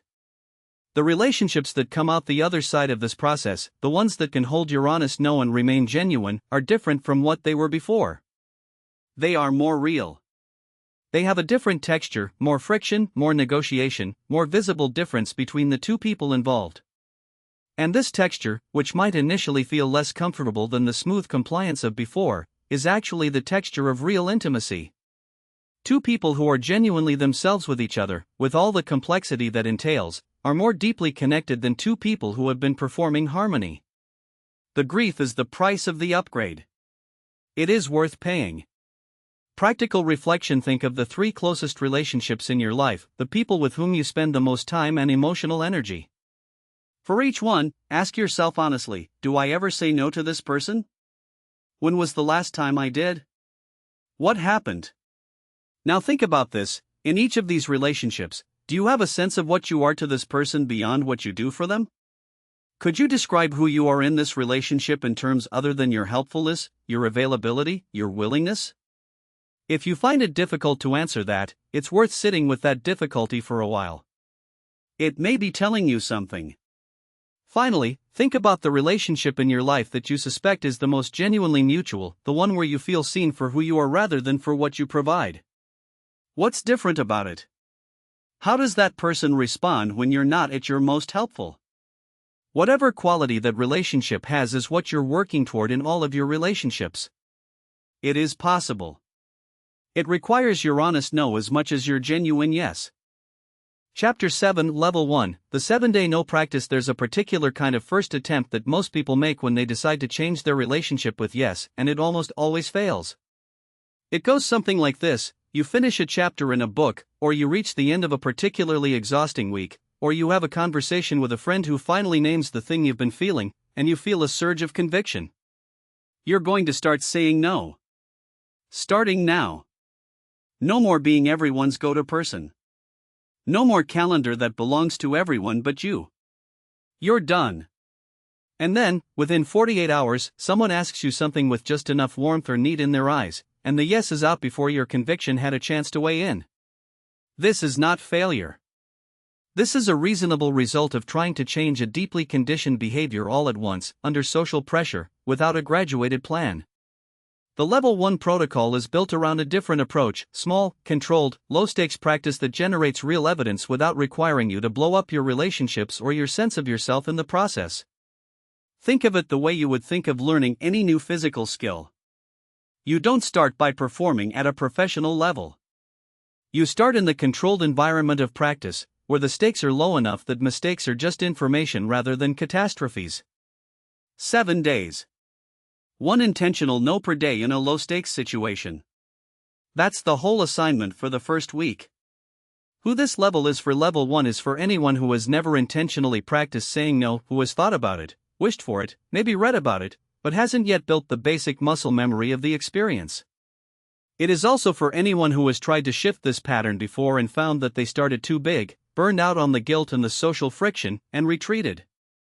You don't need to have a severe yes problem to benefit from starting here. Even people with moderate overcommitment patterns benefit from beginning at a level where the emotional stakes are low enough that they can actually observe their own reactions without being overwhelmed by them. The point of Level 1 is not to transform your life in a week.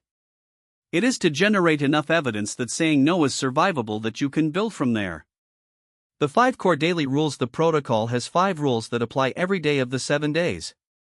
These are not guidelines, they are the structure of the practice, and they work together as a system. Rule 1: identify one low-stakes request each day where you can practice saying no. Low stakes means the relationship is not close enough to be seriously affected by a single decline, and the consequences of declining are genuinely small. A colleague asking if you can join a non-essential meeting. Someone asking if you can handle a task that falls outside your core responsibilities. A group chat asking for volunteers for something you have no genuine interest in. Rule 2: use a simple, clean script. I won't be able to do that. No explanation required. No apology necessary. No lengthy justification of your reasons. The script is short because the instinct to over-explain is the mechanism that turns a clean no into an invitation for negotiation. Practice the script until it feels like a complete sentence, because it is one. Rule 3: after each no, notice the physical sensation of having said it without justifying it. This is not a secondary instruction, it is a core part of the practice. The body is where the old pattern lives: the tightening in the chest, the heat of anticipated guilt, the slight speeding of the heart.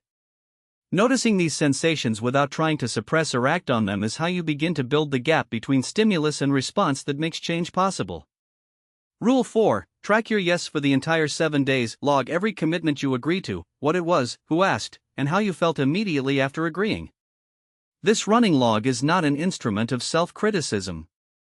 It is data. By the end of the week, you will have a concrete, visible record of how many things you agreed to, which ones were genuine and which were automatic, and where your yes pattern is most active. Rule 5: after each intentional no, notice: did the relationship end? Did anything actually break? Record what happened in the 48 hours following the no.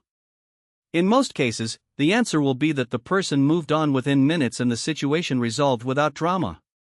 This post-no observation is the evidence gathering at the heart of the protocol, the direct, personal, undeniable data that the world does not collapse when you say no.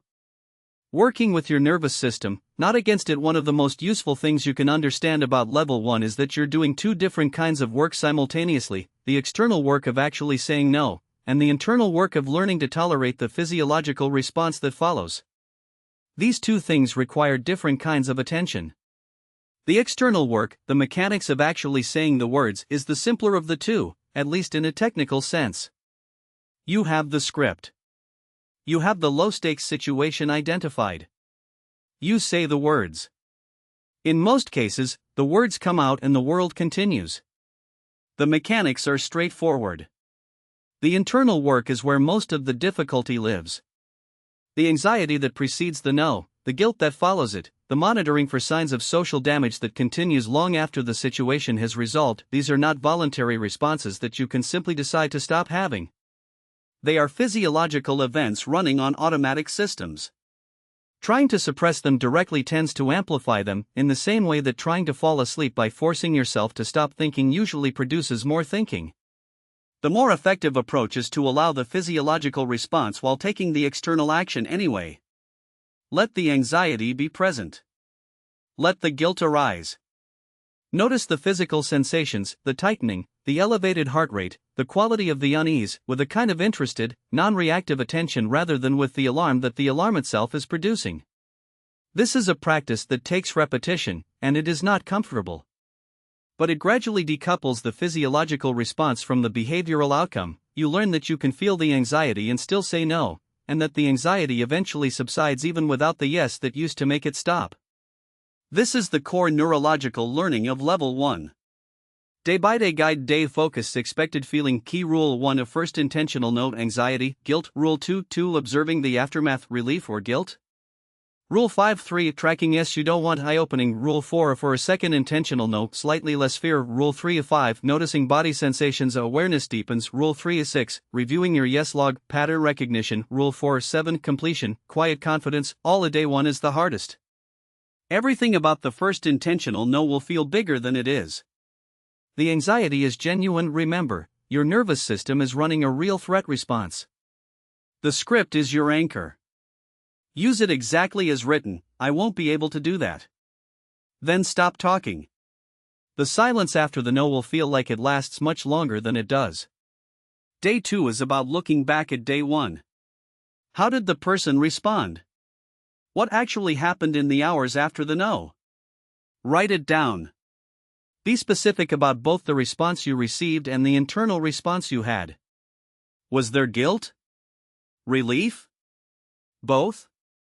Were you surprised by how the person reacted? Day 3 is less about the intentional no and more about the yes log. By now you have 2 full days of data. Look at it honestly. How many of the yes in those 2 days were things you actually wanted to do? How many were automatic? How many happened before you'd had a chance to even consult your own preference? This is the map of your pattern, visible in your own handwriting. Day 4 brings your second intentional no. Choose a situation similar to day 1, low stakes, low relationship consequence. Notice whether the anxiety is different in quality or intensity from the first time. It may not be noticeably less, but pay attention to the texture of it. This is the beginning of pattern recognition. Day 5 focuses on the body. Today, before, during, and after any significant interaction, pay attention to physical sensation. When someone makes a request, even a casual one, where do you feel it in your body? In the chest? The stomach? The shoulders? The physical signal is the earliest warning that a no might be appropriate. Learning to read it is a skill, and it begins with awareness. Day 6 is your mid-practice review. Go through your yes log for the week. Look for the patterns. Which contexts produce the most automatic yes? Which people? Which types of requests? This is your personal data, and it is more useful than any general advice about boundary setting, because it is specific to your actual life. Day 7 is completion. You've done something difficult and specific for 7 consecutive days. You've gathered real data about your own pattern. You've said no intentionally at least twice and survived both experiences. Sit with that. Write a brief summary of what you noticed, not what you want to be true, but what you actually observed. This summary is the starting point for whatever comes next. The anatomy of a low-stakes no. It's worth being specific about what a low-stakes no actually looks like in practice, because the category can feel vague when you're in the middle of a social moment and your threat response is running.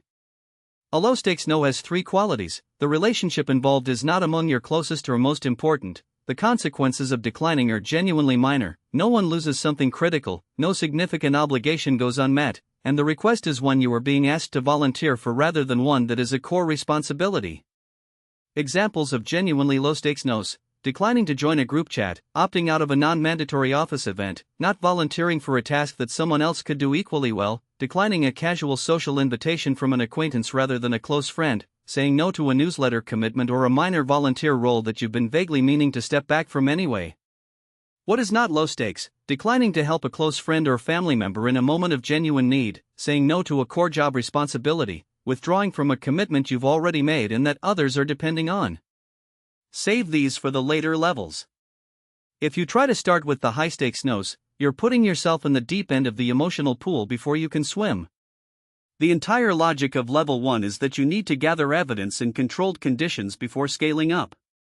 One practical way to identify your level 1 no's is to think about the category of things you say yes to that you immediately regret, the lightweight obligations that leave you mildly annoyed rather than deeply resentful. These are usually the best training ground because the stakes are genuinely low enough that a no won't cause serious disruption, which means the evidence you gather, the world did not end, is clean and clear. Slip Protocol. A slip, in this protocol, is defined as saying yes in a situation where you had identified the option to say no and intended to use it and then didn't. Slips are not failure. They are information. And the information they contain is typically more valuable than a clean run-through of the protocol, because the slip shows you exactly where your pattern is strongest and what the specific fear was that overrode your intention. When a slip happens, the protocol is this: don't spiral. A slip that is followed by self-criticism has produced 2 negatives rather than 1. Instead, as soon as you can, ideally within an hour of the slip, write down what happened. What was the situation? What did you intend to do? What did you actually do? And most importantly, what was the fear that fired in the moment between intention and action? Name it as specifically as you can. I was afraid she'd think I was unreliable. I was afraid he'd be visibly hurt. I was afraid the room would go quiet and everyone would notice. The specific fear is the data. It tells you exactly what the old pattern is protecting against, which tells you what the next phase of the work needs to address. Daily tracking table. Use this table to log your practice each day. Fill it in at the end of each day, even if the entries are brief. Date: yes logged, intentional no practiced. How did it feel after?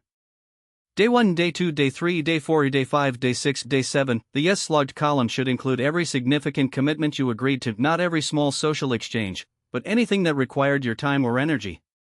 The intentional no practiced column tracks whether you used your low stakes no opportunity. The feeling column is the most important. This is where you capture the actual emotional texture of the experience, before your retrospective mind has had a chance to smooth it over.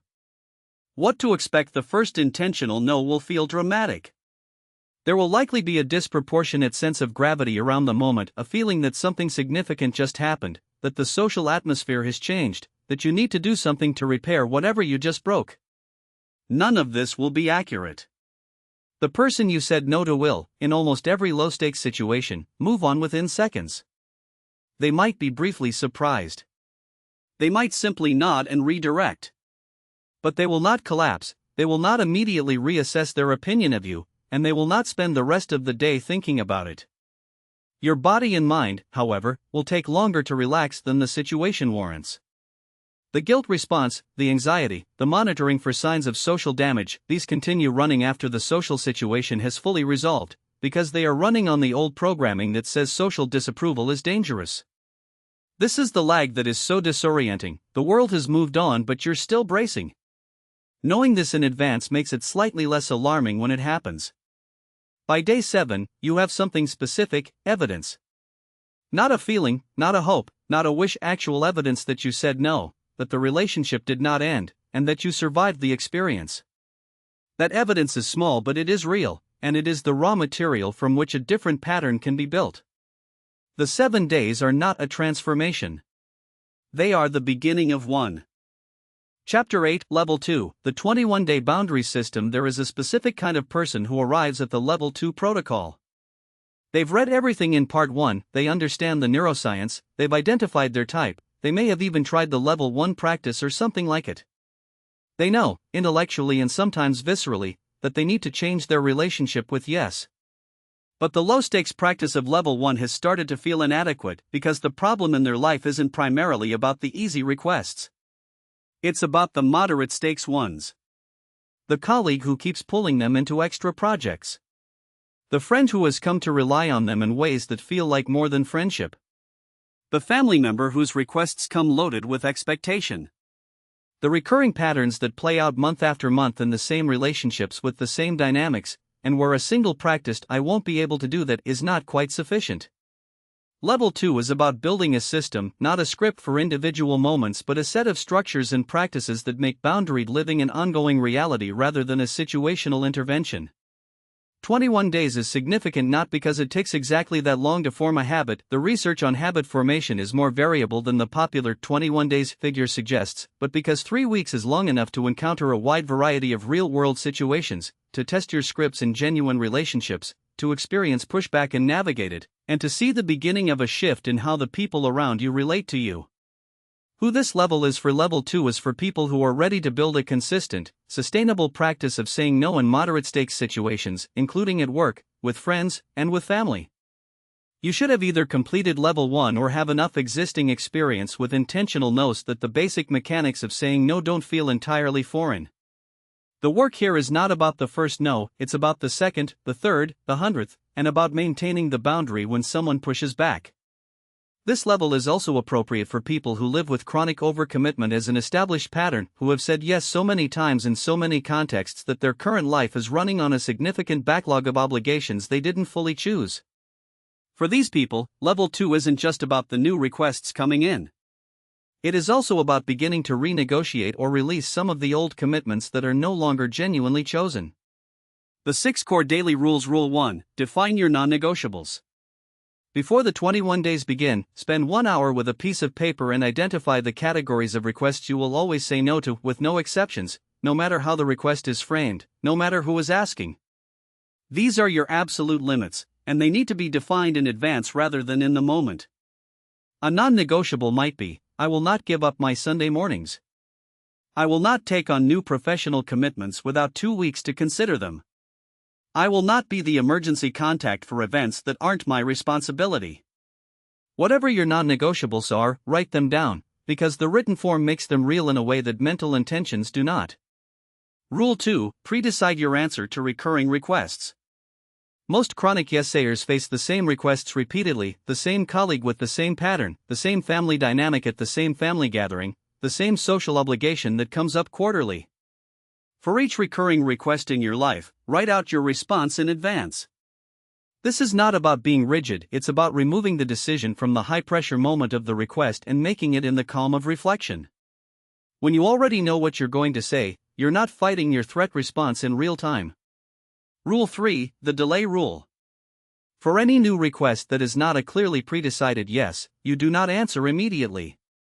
You say, "Let me check and get back to you," and then you actually do check, by consulting your values, your calendar, your non-negotiables, and your honest sense of whether this is something you want. The delay rule applies across all contexts: work, personal, family. "Let me get back to you" is not a hedge. It is a tool for making real decisions rather than reactive ones. 24 hours is the minimum. 48 is better for anything significant. Rule 4: communicate the no clearly, warmly, and without over-explaining. By level 2, you should be familiar enough with the mechanics of no that the script itself is less of a challenge. The challenge at this level is the quality of the communication, saying no in a way that is clear and final without being cold, apologetic without being obsequious, warm without creating the impression that the no is negotiable. That's not something I'm going to be able to take on right now, is clear. I'd love to help, but it's genuinely not possible this month, is warm and clear.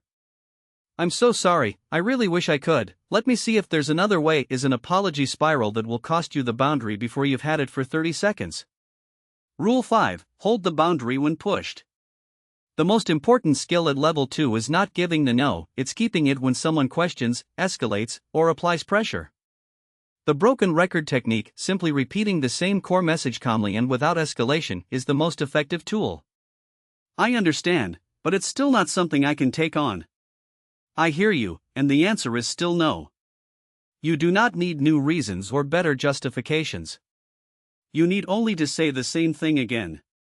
Pressure does not make a no wrong. It is simply the other person's emotional response to not getting what they want, and it will pass. Rule 6, Weekly Review. At the end of each of the 3 weeks, take 30 minutes to ask, which yes this week were actually no's I didn't give? Where did the old pattern reassert itself? Where did I hold the boundary and what happened?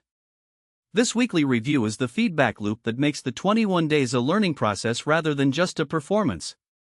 Defining your non-negotiables, a deeper look. The first rule of the Level 2 protocol, defining your non-negotiables, is simple to state and genuinely difficult to implement well, because most people have never actually done this work before. They have approximate senses of what they value, vague intuitions about what they need, and a history of allowing those values and needs to be overridden when tested. What they don't have is a written, specific, publicly committed set of limits that have been established in calm reflection rather than in the moment of being asked. Non-negotiables are different from preferences. A preference is something you'd like to have but can be flexible about. A non-negotiable is something that, when overridden, produces either serious resentment, genuine depletion, or a feeling of having violated your own values. These are your high-value assets, the things that, once protected, change the quality of everything else in your life.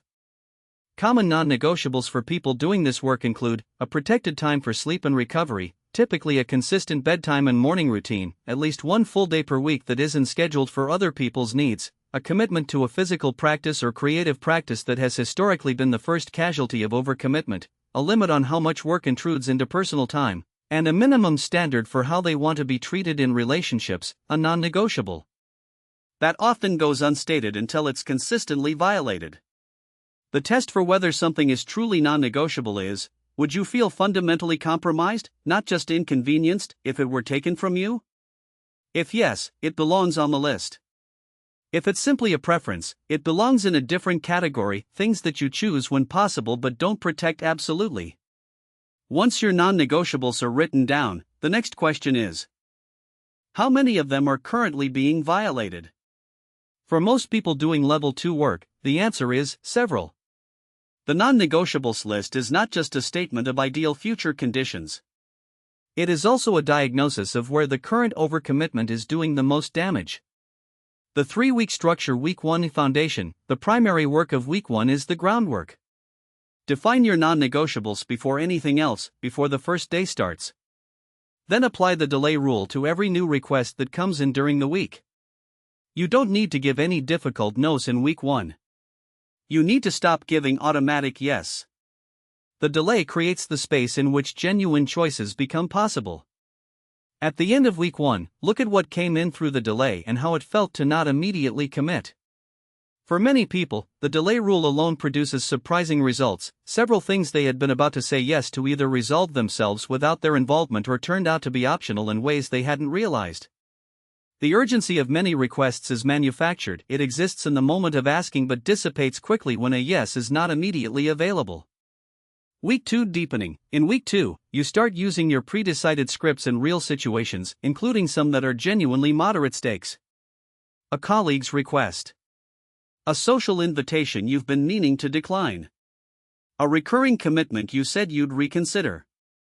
This is where the emotional weight of the practice becomes real, because the relationships involved matter more than in the low-stakes situations of Level 1.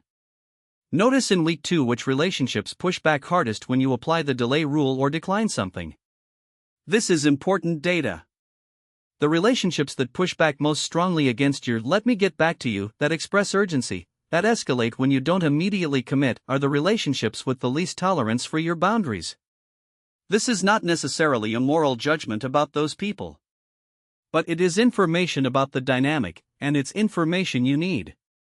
Week 3 Integration. By Week 3, the basic mechanics should feel less effortful. The delay rule should be automatic. The scripts should be familiar. The goal in Week 3 is integration, making the new way of operating feel less like something you're doing specially and more like your actual communication style. In Week 3, you also protect the boundaries you've already drawn. There will be people who have received your no's in Weeks 1 and 2 and are still subtly testing whether they'll hold reframing the request, coming at it from a different angle, being more persistent than usual. Hold them. The boundary that bends under pressure teaches the other person that pressure works, and that lesson is very difficult to unteach. Script templates. These are your tools. Memorize the ones that fit your context and voice most naturally. The goal is not to sound like a script is being read but to have language that's so familiar it comes out cleanly under pressure. I'm not available for that. That's not something I'm taking on right now. I'd love to help, but I can't commit to this. I've said yes to this before and it hasn't worked well for me, so I need to say no. That doesn't work for me. I'm going to pass on this one. I can't take that on. Let me know if there's something smaller I can do. I need to say no to that. Thanks for thinking of me.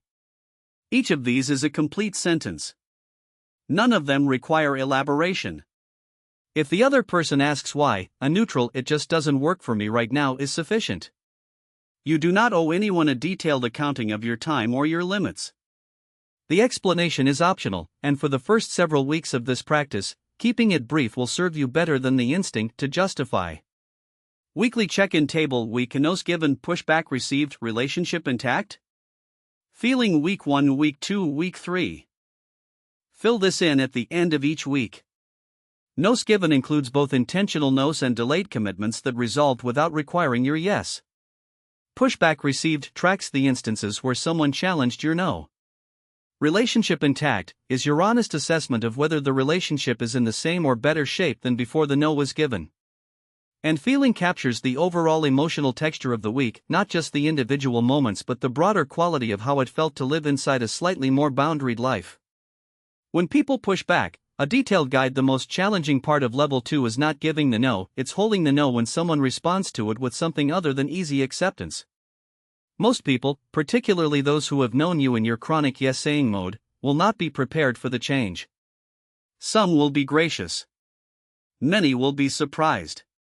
A few will push back in ways that specifically target your weak points: the fear of disapproval, the guilt of seeming unhelpful, the discomfort of conflict. It's worth knowing the specific forms that pushback typically takes, because when you can name the tactic you're experiencing, it loses some of its power over you.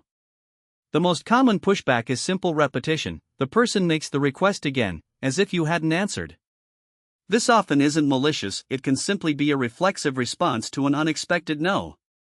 The appropriate response is to restate your answer calmly and simply: "I heard you, it still doesn't work for me." You don't need to escalate. You don't need to justify further. You simply hold the position. The second common pushback is the appeal to precedent, but you've always helped with this before.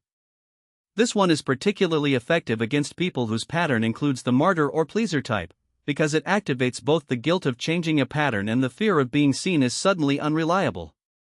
The clean response: "I know, and I'm changing that. I need to say no to this going forward." Brief, honest, no over-explanation. The third type is the escalation of need. The person raises the stakes of the request, emphasizing how much they really need this, how difficult things will be without your help, how few alternatives they have. This is not necessarily manipulation. The need may be genuine. But genuine need does not automatically transfer obligation. You can acknowledge the need without meeting it. "I hear that this is difficult, and I genuinely can't take it on." The acknowledgement is real. The limit is also real. Both can be true simultaneously. The fourth type, and the hardest, is the emotional response: hurt, disappointment, or anger expressed in a way that makes you responsible for managing it. "I can't believe you'd say no to this. I thought we were close enough that you'd be there for me." These responses activate the deepest fear that your no has damaged something precious, and they require the most internal steadiness to hold against. The inner work here is the distinction between acknowledging someone's emotional response and being responsible for it. You can feel compassion for their disappointment without reversing your decision. "I understand you're disappointed. My answer is still no. What to expect? Week 1 discomfort is real." The delay rule will feel awkward to implement, particularly for people in environments, work environments especially, where immediate responsiveness has been the established norm. You may feel guilty for saying "let me get back to you" to things that you would previously have agreed to instantly. This guilt is the old programming running. Let it run. Keep the delay anyway. In week 2, you'll encounter your first significant pushbacks, and these will test the emotional dimension of the practice in ways that the smooth mechanics of week 1 don't. Someone will be surprised by your no in a way that makes you want to retract it. Someone will apply pressure. Someone will appeal to your relationship with them as a reason why your no should bend. This is the hardest week. It is also where the most important evidence is gathered. In week 3, the relationships that survived your no's will begin to show you something. They are more honest than they were 3 weeks ago. The people who respected your limits have a more accurate model of who you are and what's available from you. The interactions have less performance in them, less managing of your own responses, less monitoring for signs of disapproval. Not all relationships will reach this stage. Some will still be in the middle of adjustment. But you'll begin to feel the shape of what the new pattern can produce, and that feeling is what makes it worth continuing. Chapter 9, Level 3, the 30-Day Life Redesign. There is a particular weight that settles on a person who has been saying yes for long enough that the pattern is no longer just a habit, it's structural. It's in the career they agreed their way into rather than deliberately chose. It's in the relationships that have been built around their availability rather than their genuine preferences.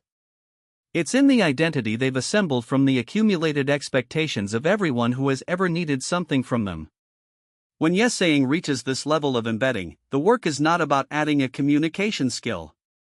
It is about redesigning, deliberately and with real courage, the architecture of an actual life. This is the Level 3 protocol. It is not for everyone, and it should not be undertaken lightly. If you recognize yourself in the description above, if chronic people-pleasing has shaped not just your calendar but your sense of who you are, this chapter is for you. But one thing should be said plainly before you begin: if the yes pattern in your life is connected to a history of trauma, to anxiety that feels more clinical than situational, or to a relationship dynamic that has elements of control or coercion, this 30-day protocol works best as a complement to professional support rather than a replacement for it. A skilled therapist, particularly one trained in trauma-informed approaches, can provide something this protocol cannot: the relational safety of a trained witness as you dismantle patterns that may have served important protective functions in your past. Please seek that support if it applies to you. For everyone else, 30 days. 8 core daily practices. A complete re-evaluation of what you've agreed to and why. Let's begin. Who this level is for. Level 3 is for people whose chronic yes-saying has fundamentally shaped their career, their relationships, or their identity in ways that feel difficult to see past. It is for people who have tried the lighter versions of boundary setting and found that the pattern runs deep enough that incremental practice doesn't quite reach the root. It is for people who are ready, and have the stability required, to ask the deeper questions. What have I actually agreed to? What do I actually want? What would my life look like if I stopped letting other people's agendas design it? The 30-day structure provides enough time to encounter real complexity, to work through the inevitable pushback, to begin renegotiating established relationships, and to feel the beginning of a genuine shift in how you inhabit your own life. The 8 core daily practices. Practice 1, Morning Intention. Each morning, before you engage with your phone, your messages, or anyone else's agenda, spend 5 minutes with one question: what is one thing I will protect today? Write the answer down. It can be a block of time, a boundary in a relationship, a commitment you will keep to yourself. The morning intention is a declaration of priority made in the quiet of the day's beginning, before the social machinery has started running. Practice 2, Values Audit. During the 30 days, every commitment you carry must be evaluated against a set of core values that you identify in the first week. These values are not aspirational, they are descriptive of what actually matters to you when you're most honest with yourself. What do you need to feel like you're living your own life? Write out 5 to 7 values with enough specificity to be useful. Family is too broad. Being present and unhurried for the people I love is specific enough to function as a filter. Hold every existing commitment against this filter. If it doesn't map to a core value, it is a candidate for release. Practice 3, Relationship Audit. Identify the top 3 relationships in your life where you have no real, functioning boundaries, where your availability is unlimited, where the yes has been the only answer for so long that neither of you can quite imagine a different arrangement. You don't need to dismantle these relationships. You need to begin, slowly and carefully, to introduce an honest no into the system and observe what happens. The relationships that can hold your no are the relationships worth deepening. The ones that can't are telling you something important about their nature. Practice 4, Career Boundary.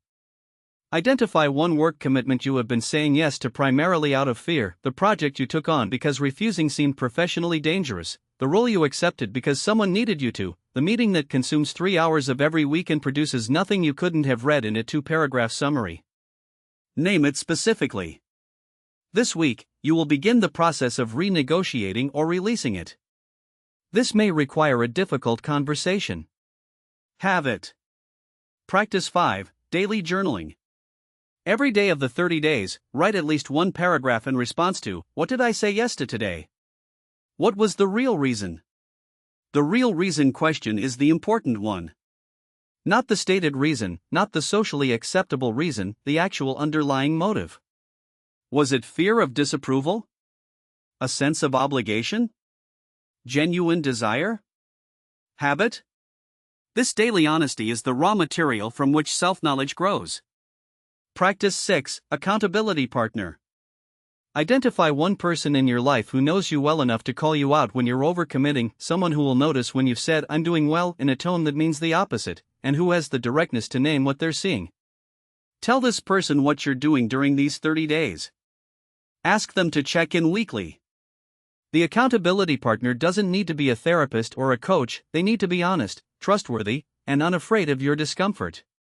Practice 7, Weekly Purge. Once per week during the 30 days, remove one commitment from your life that doesn't serve your actual priorities.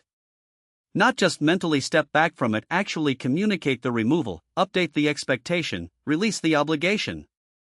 This might mean telling a committee you're stepping down, telling a colleague you won't be continuing a recurring task, telling a friend that you need to scale back the frequency of a social obligation.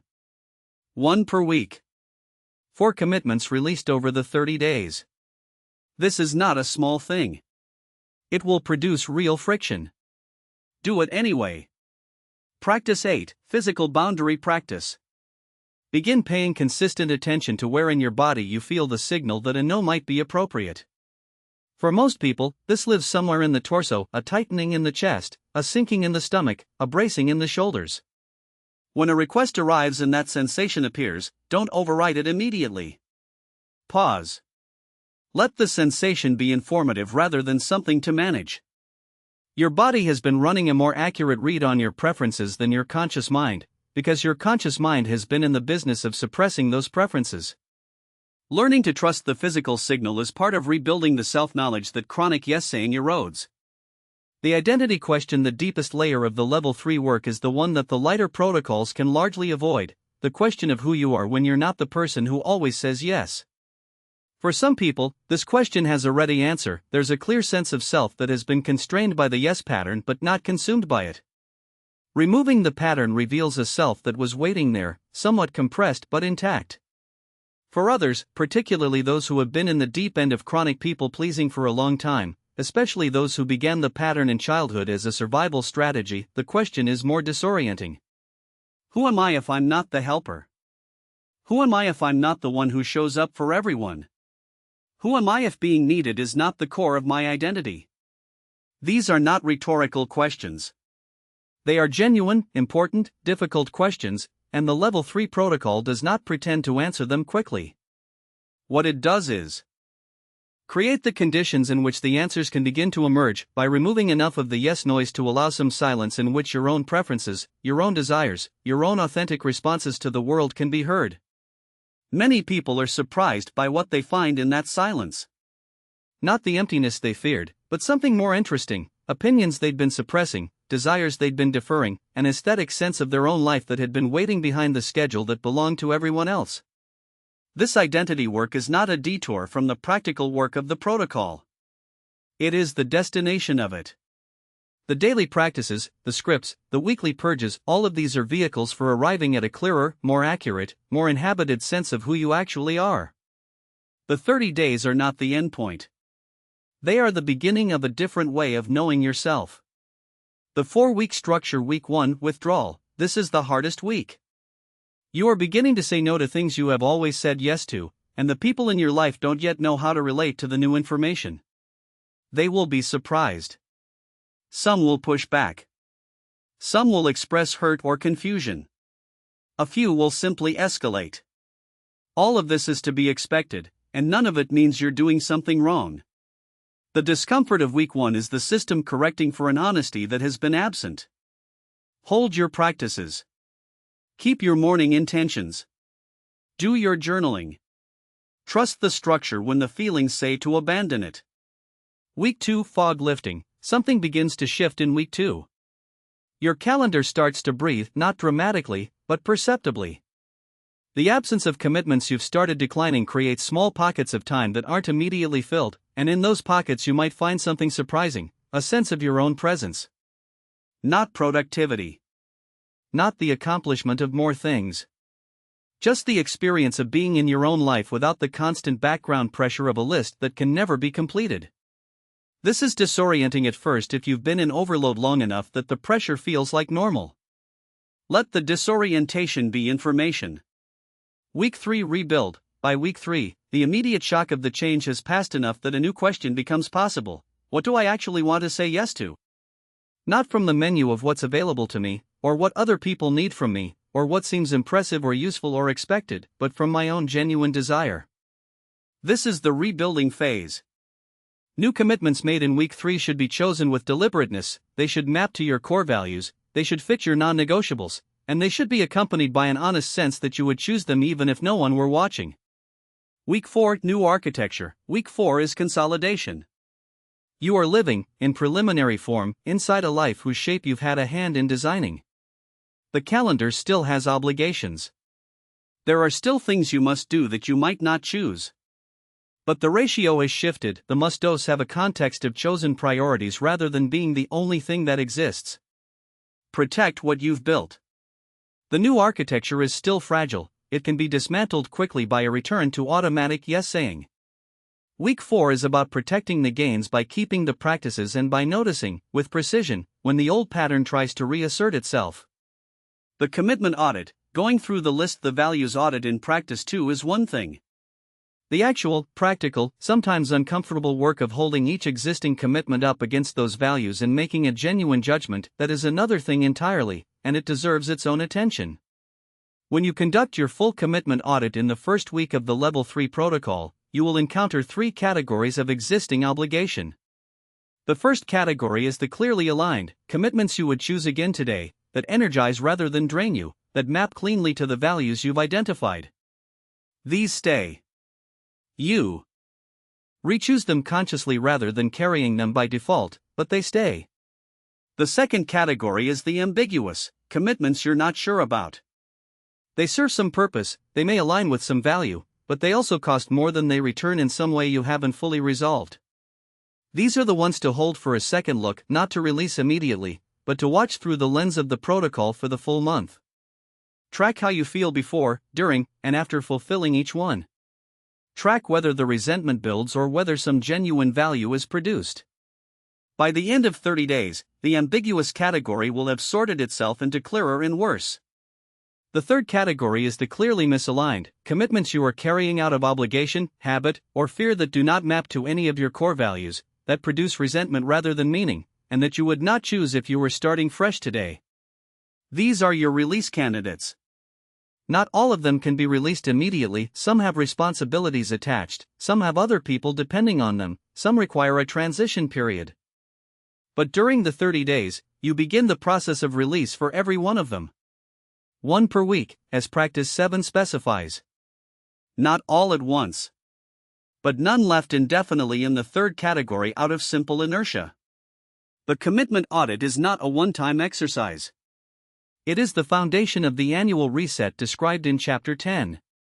But the first time you do it, really do it, holding each item on the list up to the light of your actual values is among the most clarifying experiences this protocol offers. Many people are surprised by how many of the things they're carrying belong in the third category. Many are also surprised by how few belong genuinely in the first.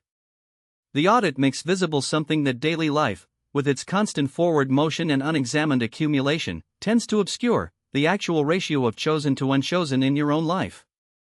Emergency protocol: there will be moments in the 30 days, probably several, when the social pressure is overwhelming. A person you care about making a request with real urgency and genuine need, a professional situation where the consequences of saying no seem severe, a family dynamic where the old pattern is activating so strongly that resistance feels impossible.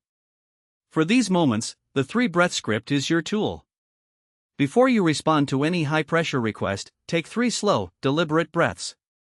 This is not a relaxation exercise, it is a physiological intervention. 3 slow breaths activate the parasympathetic nervous system, reduce cortisol, and create a brief window in which the prefrontal cortex can re-engage before the threat response fully takes over. Then, from that slightly more regulated state, say, "Let me get back to you on that." Not "I'll think about it," which can be heard as a soft yes. Not "I'm not sure," which invites further persuasion. "Let me get back to you on that" is a clean hold. It gives you the time to make a real decision rather than a reactive one. Never commit under pressure. This is not a guideline, it is a rule. A commitment made under social pressure is not a genuine commitment. It is the old circuitry responding to an alarm that isn't real. The delay is always available to you. Use it every time you feel the alarm. Social and work navigation: saying no in different relational contexts requires different language, because the social stakes are genuinely different and the communication style that works in one context can misfire in another. To a boss or senior colleague, "I want to make sure I do this well. I need to be honest that my current workload means I can't give this the attention it deserves. Can we talk about what gets deprioritized to make room for it?" This approach is boundaried without being oppositional. It reframes the no as a quality concern rather than a refusal, and it redirects the conversation toward a solution. To a parent, "I love you and I want to be there for you. And I can't do this particular thing right now. What would actually work for me is alternative. Can we try that?" The acknowledgement of the relationship is genuine. The limit is specific. The alternative is an offer of real care within a real limit. To a close friend, "I need to be honest with you, I've been saying yes to this and feeling stretched, and it's starting to affect how I show up. I need to step back from specific thing. I'm still here for you." This is the most vulnerable version of the no, and it requires the most trust in the relationship. But it is also the most intimate. It treats the friendship as something capable of holding your truth. To a romantic partner, "Something shifted for me around topic, and I need us to talk about it, not to make you feel bad but because I think something's been off and I want to be honest with you about it." Boundaries in intimate relationships are often less about a single request and more about the underlying dynamic, so the conversation needs to address the pattern rather than just the specific instance. What to expect: people in your life will react differently than you expect. Some, the ones whose regard for you runs deeper than their need for your compliance, will be quietly relieved. They may even tell you so. They have seen the toll the pattern was taking, even if you haven't been talking about it. Others will be confused. They had a model of who you were, and that model included your automatic availability. The confusion is not hostility, it's genuine recalibration. Most people in this category adjust within a few weeks. A few will be angry, or at least clearly displeased. This is the most difficult response to hold against, because it activates the exact fear of disapproval, of being seen as difficult, of damaging something that has been driving the yes pattern all along. Hold it anyway. The anger is information. This person's relationship with you has been organized, to a significant degree, around your unlimited availability. Now that that's changed, there is a renegotiation happening, one that may be uncomfortable for both of you, but that produces either a more honest relationship or a clearer understanding of what the relationship was actually based on. By week 4, you'll wonder how you survived on so little space. The calendar you're living in now will not feel empty, it will feel like yours. And the difference between a full calendar and a chosen one is, once you've felt it, one of the most significant differences in the quality of a life. Chapter 10, Sustaining the No. The hardest part of learning to say no is not the first time. It is the 47th time, when you're tired, when someone is looking at you with genuine need, when the old circuitry has been quiet for long enough that you've stopped monitoring it, and the yes slips out before you've had a chance to remember what you've learned. This is the relapse problem, not a catastrophic, deliberate return to the old pattern, but the gradual, almost unnoticed drift back into it. A small yes here, a slight softening of a limit there, a just this once that becomes 3 times, and one morning you look up and wonder when your calendar stopped being yours again. Every skill that requires sustained practice against a deeply grooved counter-pattern involves this. And the people who sustain change over time are not the ones who never slip. They are the ones who have a system for noticing the slip early, for understanding what drove it, and for returning to the practice before the drift becomes a destination. This chapter is that system. The green-yellow-red zone framework. The most useful tool for long-term sustainability is a simple zone framework that allows you to assess your current state with enough precision to take corrective action before a full relapse has occurred. Green zone, your boundaries are holding. Your calendar, broadly speaking, reflects your actual priorities. The commitments in it were genuinely chosen rather than agreed to by default. When you check in with your emotional state, there is no significant residual resentment toward the people around you, or when small resentments do arise, you address them quickly rather than letting them accumulate. You feel, most of the time, like the person living your life has something to do with who you actually are. Green zone does not mean perfect. It means functional. You still say yes to things that turn out to require more than you expected. You still occasionally feel the pull of the old pattern. But the overall structure holds, and when it wobbles, you notice quickly enough to correct it. Yellow zone, you're beginning to slide. 1 or 2 slips back into automatic yes saying have happened in the past couple of weeks, not crises, but cracks. The guilt around saying no is returning, quieter than it was at the start but present. Overcommitment is creeping back in at the edges, an extra project that seemed manageable, a social obligation you agreed to in a moment of enthusiasm, a recurring request you said yes to because it seemed easier than redeclining. Resentment is beginning to color 1 or 2 relationships in a way that wasn't there last month. Yellow zone is the critical intervention point. Not because anything is broken yet, but because the pattern that leads from yellow to red moves faster than it usually appears to, and catching it in yellow is substantially easier than catching it after it has fully reinstated itself. Red zone, the old pattern has largely returned. You're back to automatic yes saying in most contexts. Resentment is accumulating, the filing cabinet is filling back up. Your calendar is no longer primarily your own. The anxiety about saying no is as intense as it was before you began this work. Possibly more so because now you know what the alternative feels like, and the gap between it and where you are is a specific, painful kind of loss. Red zone is not the end. It is a signal that a reset is needed, not a fresh start that erases everything you learned, but a deliberate return to structured practice. Identify which level of the reset protocol applies to where you are now and re-enter at that level. The re-entry will be faster this time, because the neural pathways are already partially established. But it still requires the structure, because the drift back happened through the absence of structure, and wishful thinking will not undo it. The people who make it hard to stay boundaried. Part of the long-term sustainability challenge is navigating specific people in your life who consistently represent high risk for relapse, people whose particular needs, communication styles, or relationship dynamics activate your yes pattern with unusual intensity. Every person doing this work has a few of these. Learning to manage the high-risk relationships is as important as managing your own internal states. The high-risk person is not necessarily a bad person. Often they are someone you care about deeply, which is precisely what makes them high-risk. A distant acquaintance's disappointed response to your no barely registers. A close friend's hurt is activating in an entirely different way. The high-risk people in your boundary-setting life are usually the people whose regard you value most, whose approval matters to you, and who, for whatever combination of their own needs and your established history, have come to rely on your yes in ways that make it difficult to withdraw. Some high-risk people have explicit or implicit expectations of your availability that have been established over years. Saying no to them doesn't just feel like declining a single request, it feels like revising the terms of a relationship that has been operating on a different set of terms for a long time. This is genuinely complex, and it deserves more care and communication than a straightforward low-stakes no.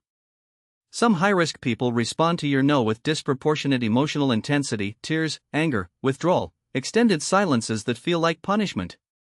These responses are difficult to hold against because they are designed, consciously or not, to make the cost of the no higher than the cost of the yes. The appropriate response is not coldness but steadiness, acknowledging the response without reversing the decision. I can see you're upset. My answer is still the same, and I hope we can talk about it when we're both feeling calmer. Some high-risk people are in your professional life rather than your personal one: a manager whose approval is tied to your career advancement, a client whose satisfaction affects your income, a colleague whose opinion shapes how others in the team see you. These situations require strategic rather than purely authentic responses. Your no may need to be more carefully framed, your limits stated in terms of capacity and quality rather than preference, your boundaries managed with an awareness of the professional context in which they operate. The common thread across all high-risk people is that they require the most preparation and the clearest pre-decided responses. The delay rule is especially important with them. The scripts you use with them need to be the most practiced. And the accountability partner, the person who knows you're doing this work, is most valuable in the days after a difficult no with someone in this category, when the guilt and the relationship monitoring are at their most intense. The 4-stage relapse pattern: understanding how the return to the old pattern happens is essential for catching it early. The relapse never announces itself. It arrives quietly, in 4 predictable stages. Stage 1, the softening. This is where it begins, a single instance of just this once.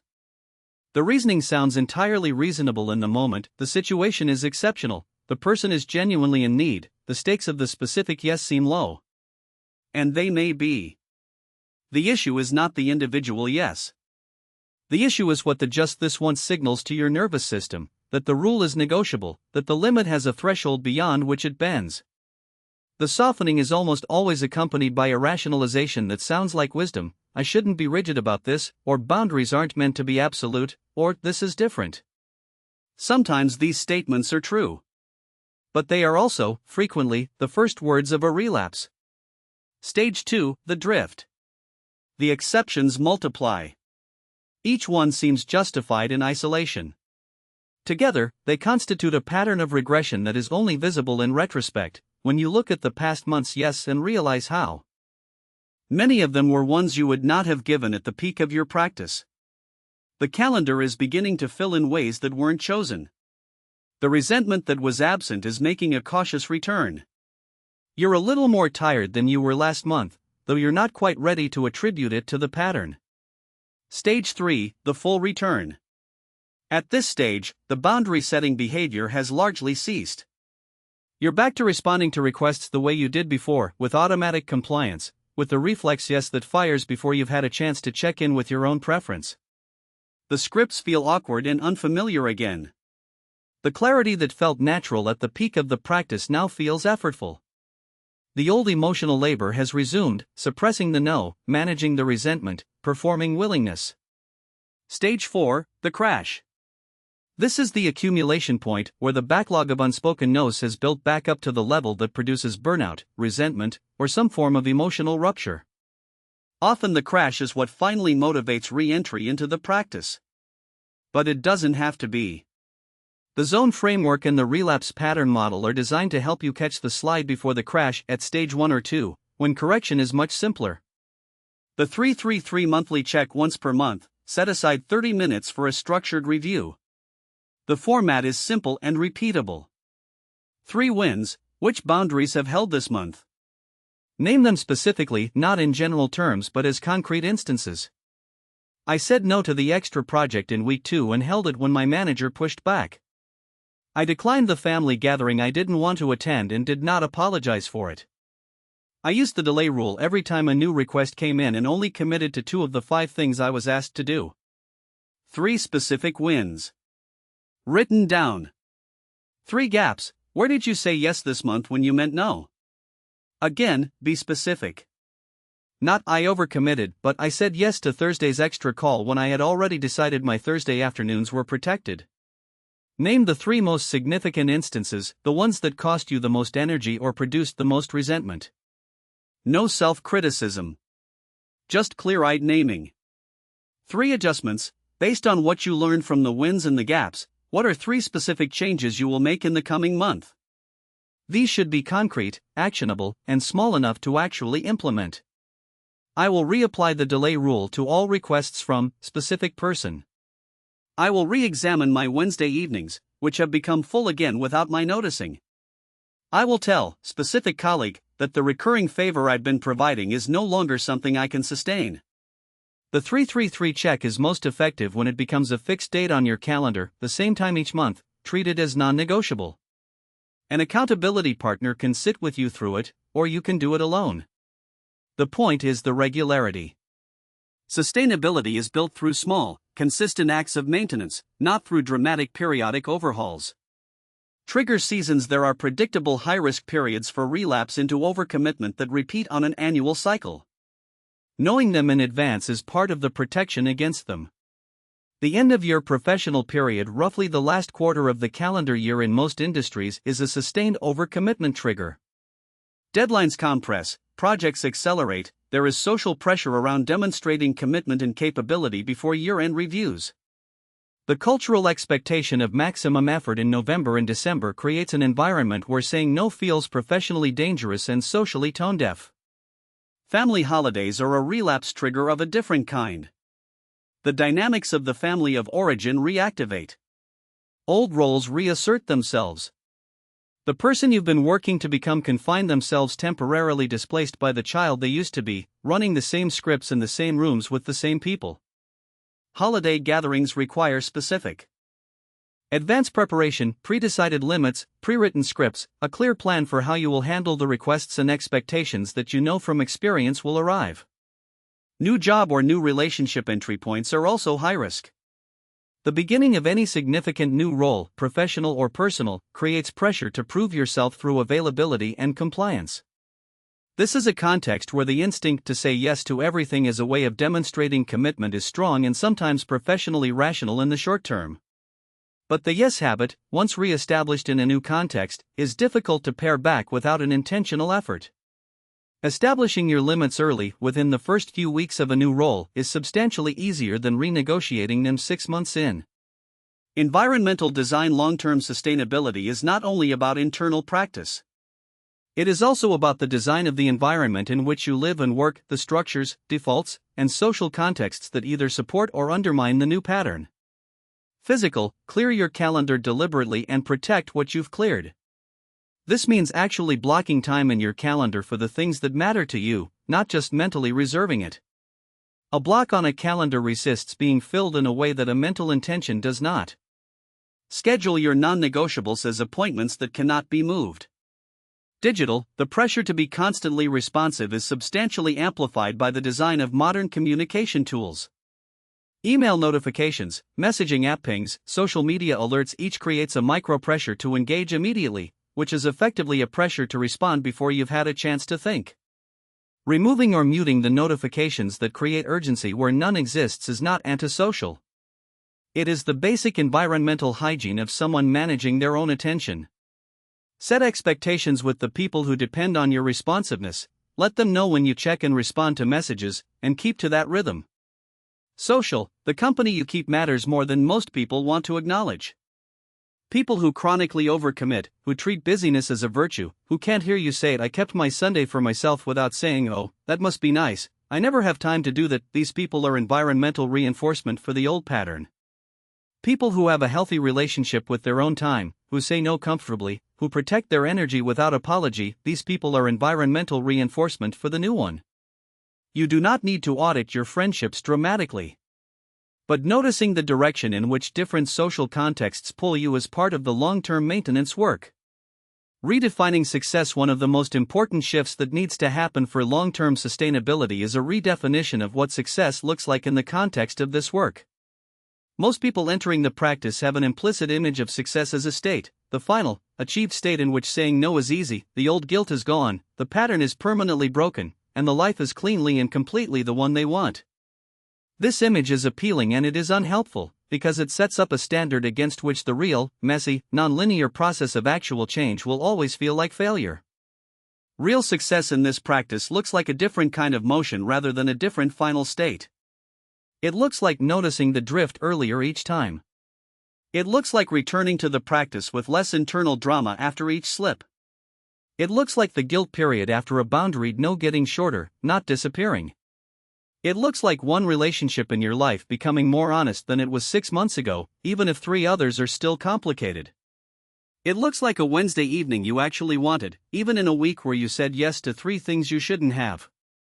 This granular, incremental, genuinely imperfect version of success is the only version that's available, and it is, when measured honestly against where you started, genuinely significant. The person who can say no to 1 thing per week without 3 days of guilt is living a meaningfully different life from the person who cannot.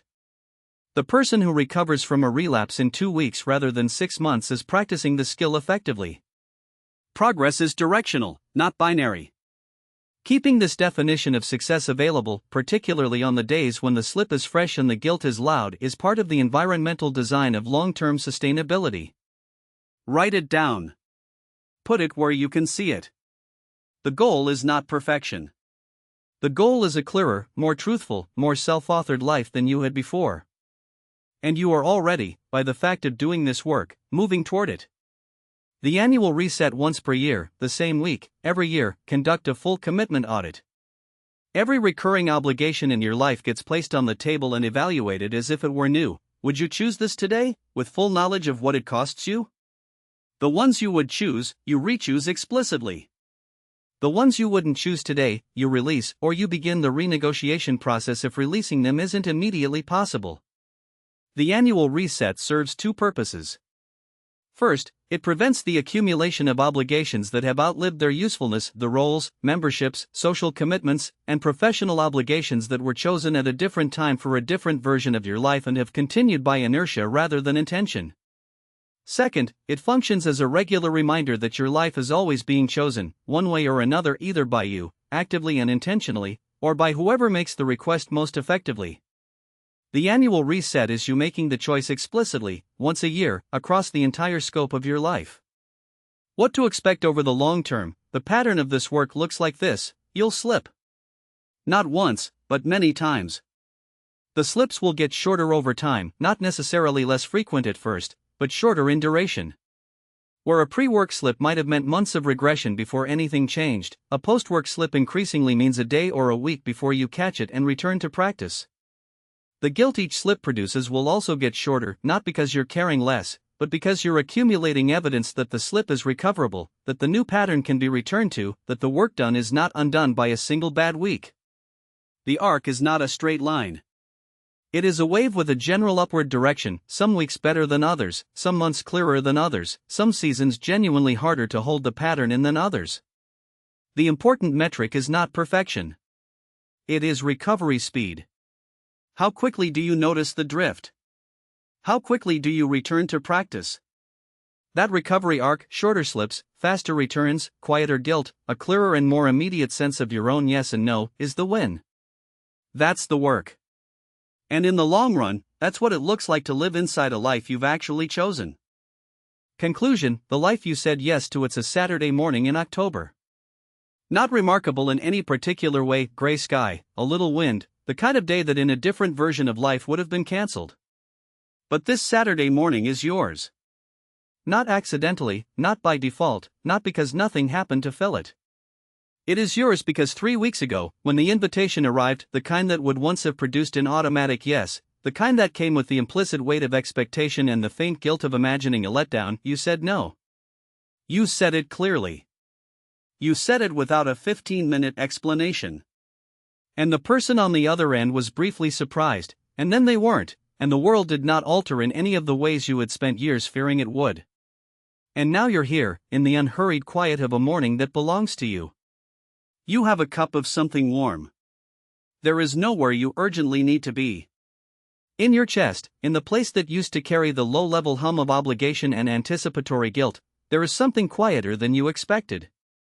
Not triumph. Not relief, exactly. Just space. Room for your own thoughts to finish themselves before someone else's need interrupts them. The ordinary, irreplaceable luxury of a moment that fits you. This is what changed. Not the word. Not simply the mechanics of saying I won't be able to do that without following it with an avalanche of justification.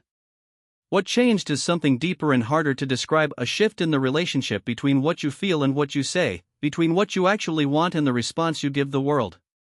The gap that once existed between those two things, the gap that chronic yes-saying lives in, that resentment fills, that self-abandonment grows from, is smaller now.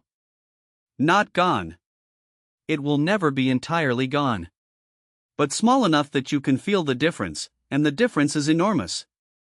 What you discovered, over the course of the work in this book, is that no was never primarily about the other person. Every time you thought you were protecting a relationship by saying yes, you were actually, quietly, protecting only the performance of the relationship, the surface appearance of harmony maintained by the suppression of your own truth. And every time you said a genuine, honest no, and watched the relationship survive it, you learned something that no chapter in any book can fully teach in advance, that most of the people who matter can handle your truth. That most of the relationships worth having are more durable than your fear believed them to be. That the version of yourself who never disappoints anyone is not, in fact, more lovable. She is just more exhausted, and less real. There's something that happens in a life, usually gradually and largely beneath conscious awareness, when yes is the only available answer. The world shapes itself around your compliance.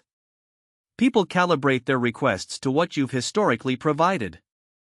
Relationships find their equilibrium in your availability. Roles and obligations accumulate in the way that water fills a vessel, not through any single dramatic act of filling, but through the continuous, unnoticed rising of the level. And one day you look up and you are deeply embedded in a life that, technically, you agreed to. Every commitment on the calendar received a yes from your lips, but that doesn't quite feel like yours. That has the shape of someone else's vision for who you should be, what you should produce, how you should spend the hours of your one finite life. The life you agreed your way into.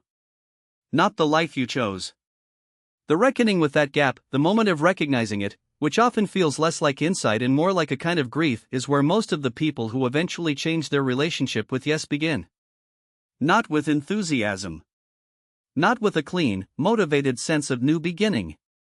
With tiredness and resentment and the accumulated weight of too many mornings where the first thought was of someone else's agenda. The change begins there, in that specific and personal exhaustion, and it is rarely graceful. It involves discomfort that you weren't always prepared for, and relationships that had to become more honest before they could become more genuine, and the slow, sometimes frightening process of learning to trust your own preferences after years of treating them as negotiable. There's a particular kind of freedom in a chosen life that's different from, and I think more durable than, the freedom of an unscheduled one. An unscheduled life is free in the way an empty room is free, technically available, waiting to be filled, offering possibility without direction. The freedom of a chosen life is different. It is not emptiness, it is fullness of the right kind. A calendar that has things in it, but things you selected. Relationships that have demands in them, but demands that arise from genuine mutual care rather than from the asymmetry of one person's unlimited availability and another person's unlimited need. Work that requires effort and sometimes sacrifice, but that you chose knowing what it would cost and deciding it was worth it. This kind of freedom is built from decisions rather than from the absence of them. It requires more active management than a life spent simply agreeing to whatever arrives. But the payoff, the lived experience of inhabiting your own days, is a different order of satisfaction from anything that the yes life can offer. The yes life offers the satisfaction of being needed. The chosen life offers something harder to articulate but far more sustaining, the sense of being present. Really present, not performing presence while thinking about the next obligation, not occupying your body in a room while your mind manages the list of everything else you've agreed to. Actually, fully there. In the conversation you chose to have. In the project you chose to take on. In the relationship you chose to invest in. Presence is the resource that chronic yes-saying depletes most completely and most invisibly. It is the one thing that cannot be manufactured from obligation. You can show up for the commitment you didn't want, but you cannot be fully there in a way that nourishes either you or the person with you. And when you begin to live inside a life where most of what's on the schedule is genuinely chosen, the quality of your presence in it changes entirely. You stop going through the motions. You start actually being there. You did that work. It cost something. It will continue to cost something. The work of sustaining a new pattern never becomes free, though it does become familiar, and familiar is a kind of ease. What you've gained in return is harder to put in a list than the skills you learned. It is less like an achievement and more like a return to something you may not have had clearly in a long time, or perhaps something you built for the first time. It is the experience of being the author of your own days rather than the subject of other people's needs. The experience of giving your time to something because you chose it, and feeling the difference that choice makes in the quality of what you bring to it. The experience of a relationship that contains your honest no and is better for it, more real, more mutual, more worth the energy it takes. And beneath all of it, quieter than you might have expected, a self. Not perfectly known or completely settled, but present. Consulted. Not automatically overridden by the sound of someone else's need. The most powerful word in your life is not a strategy. It is not a technique. It is not a script you memorize and deploy. It is the small, courageous act of saying what is true for you in this moment, with this request, in this relationship, rather than what is easiest, or safest, or most likely to keep the peace. No is a complete sentence. It is also a complete self.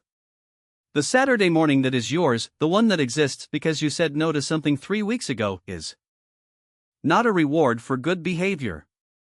It is not a prize. It is simply what becomes possible when you begin to mean what you say.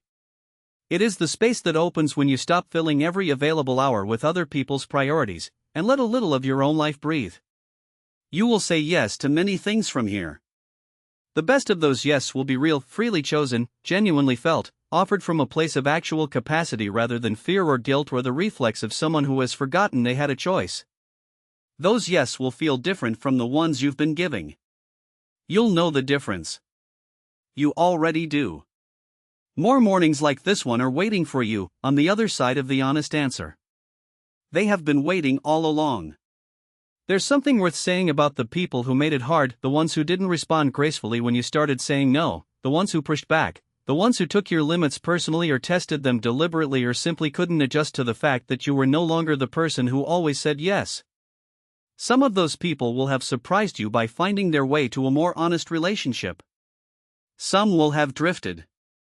A few may have left the picture entirely. It would be dishonest to present this as purely gain without loss. Real relationships, built partly on a foundation of your chronic compliance, do have to renegotiate when the compliance ends. Some of those renegotiations are awkward. Some take months. Some don't reach a resolution that feels clean or complete. That is the real cost of this work, not the internal discomfort of saying no, which passes, but the relational complexity of being a different person than the one some people thought they knew. What can be said honestly is this: the relationships that required your unlimited yes in order to remain functional were already in some form of difficulty, whether or not either of you could see it. The difficulty was just hidden and masked by the smoothness that compliance produces, by the absence of friction that happens when one person simply agrees to everything. The emergence of your honest no brought the difficulty into view. What happens from there depends on both people, and not all of it is in your control. What is in your control is your own honesty, continuing to show up as someone who means what they say, who offers a real yes and a real no, who can be known. That is what you have built. Not a perfect life. Not a frictionless one. But a real one. One that, when you look at it, you can recognize as yours. The Saturday morning in October. The cup of something warm. The quiet chest. The ordinary, irreplaceable freedom of a moment you chose. That is enough. That is the whole thing.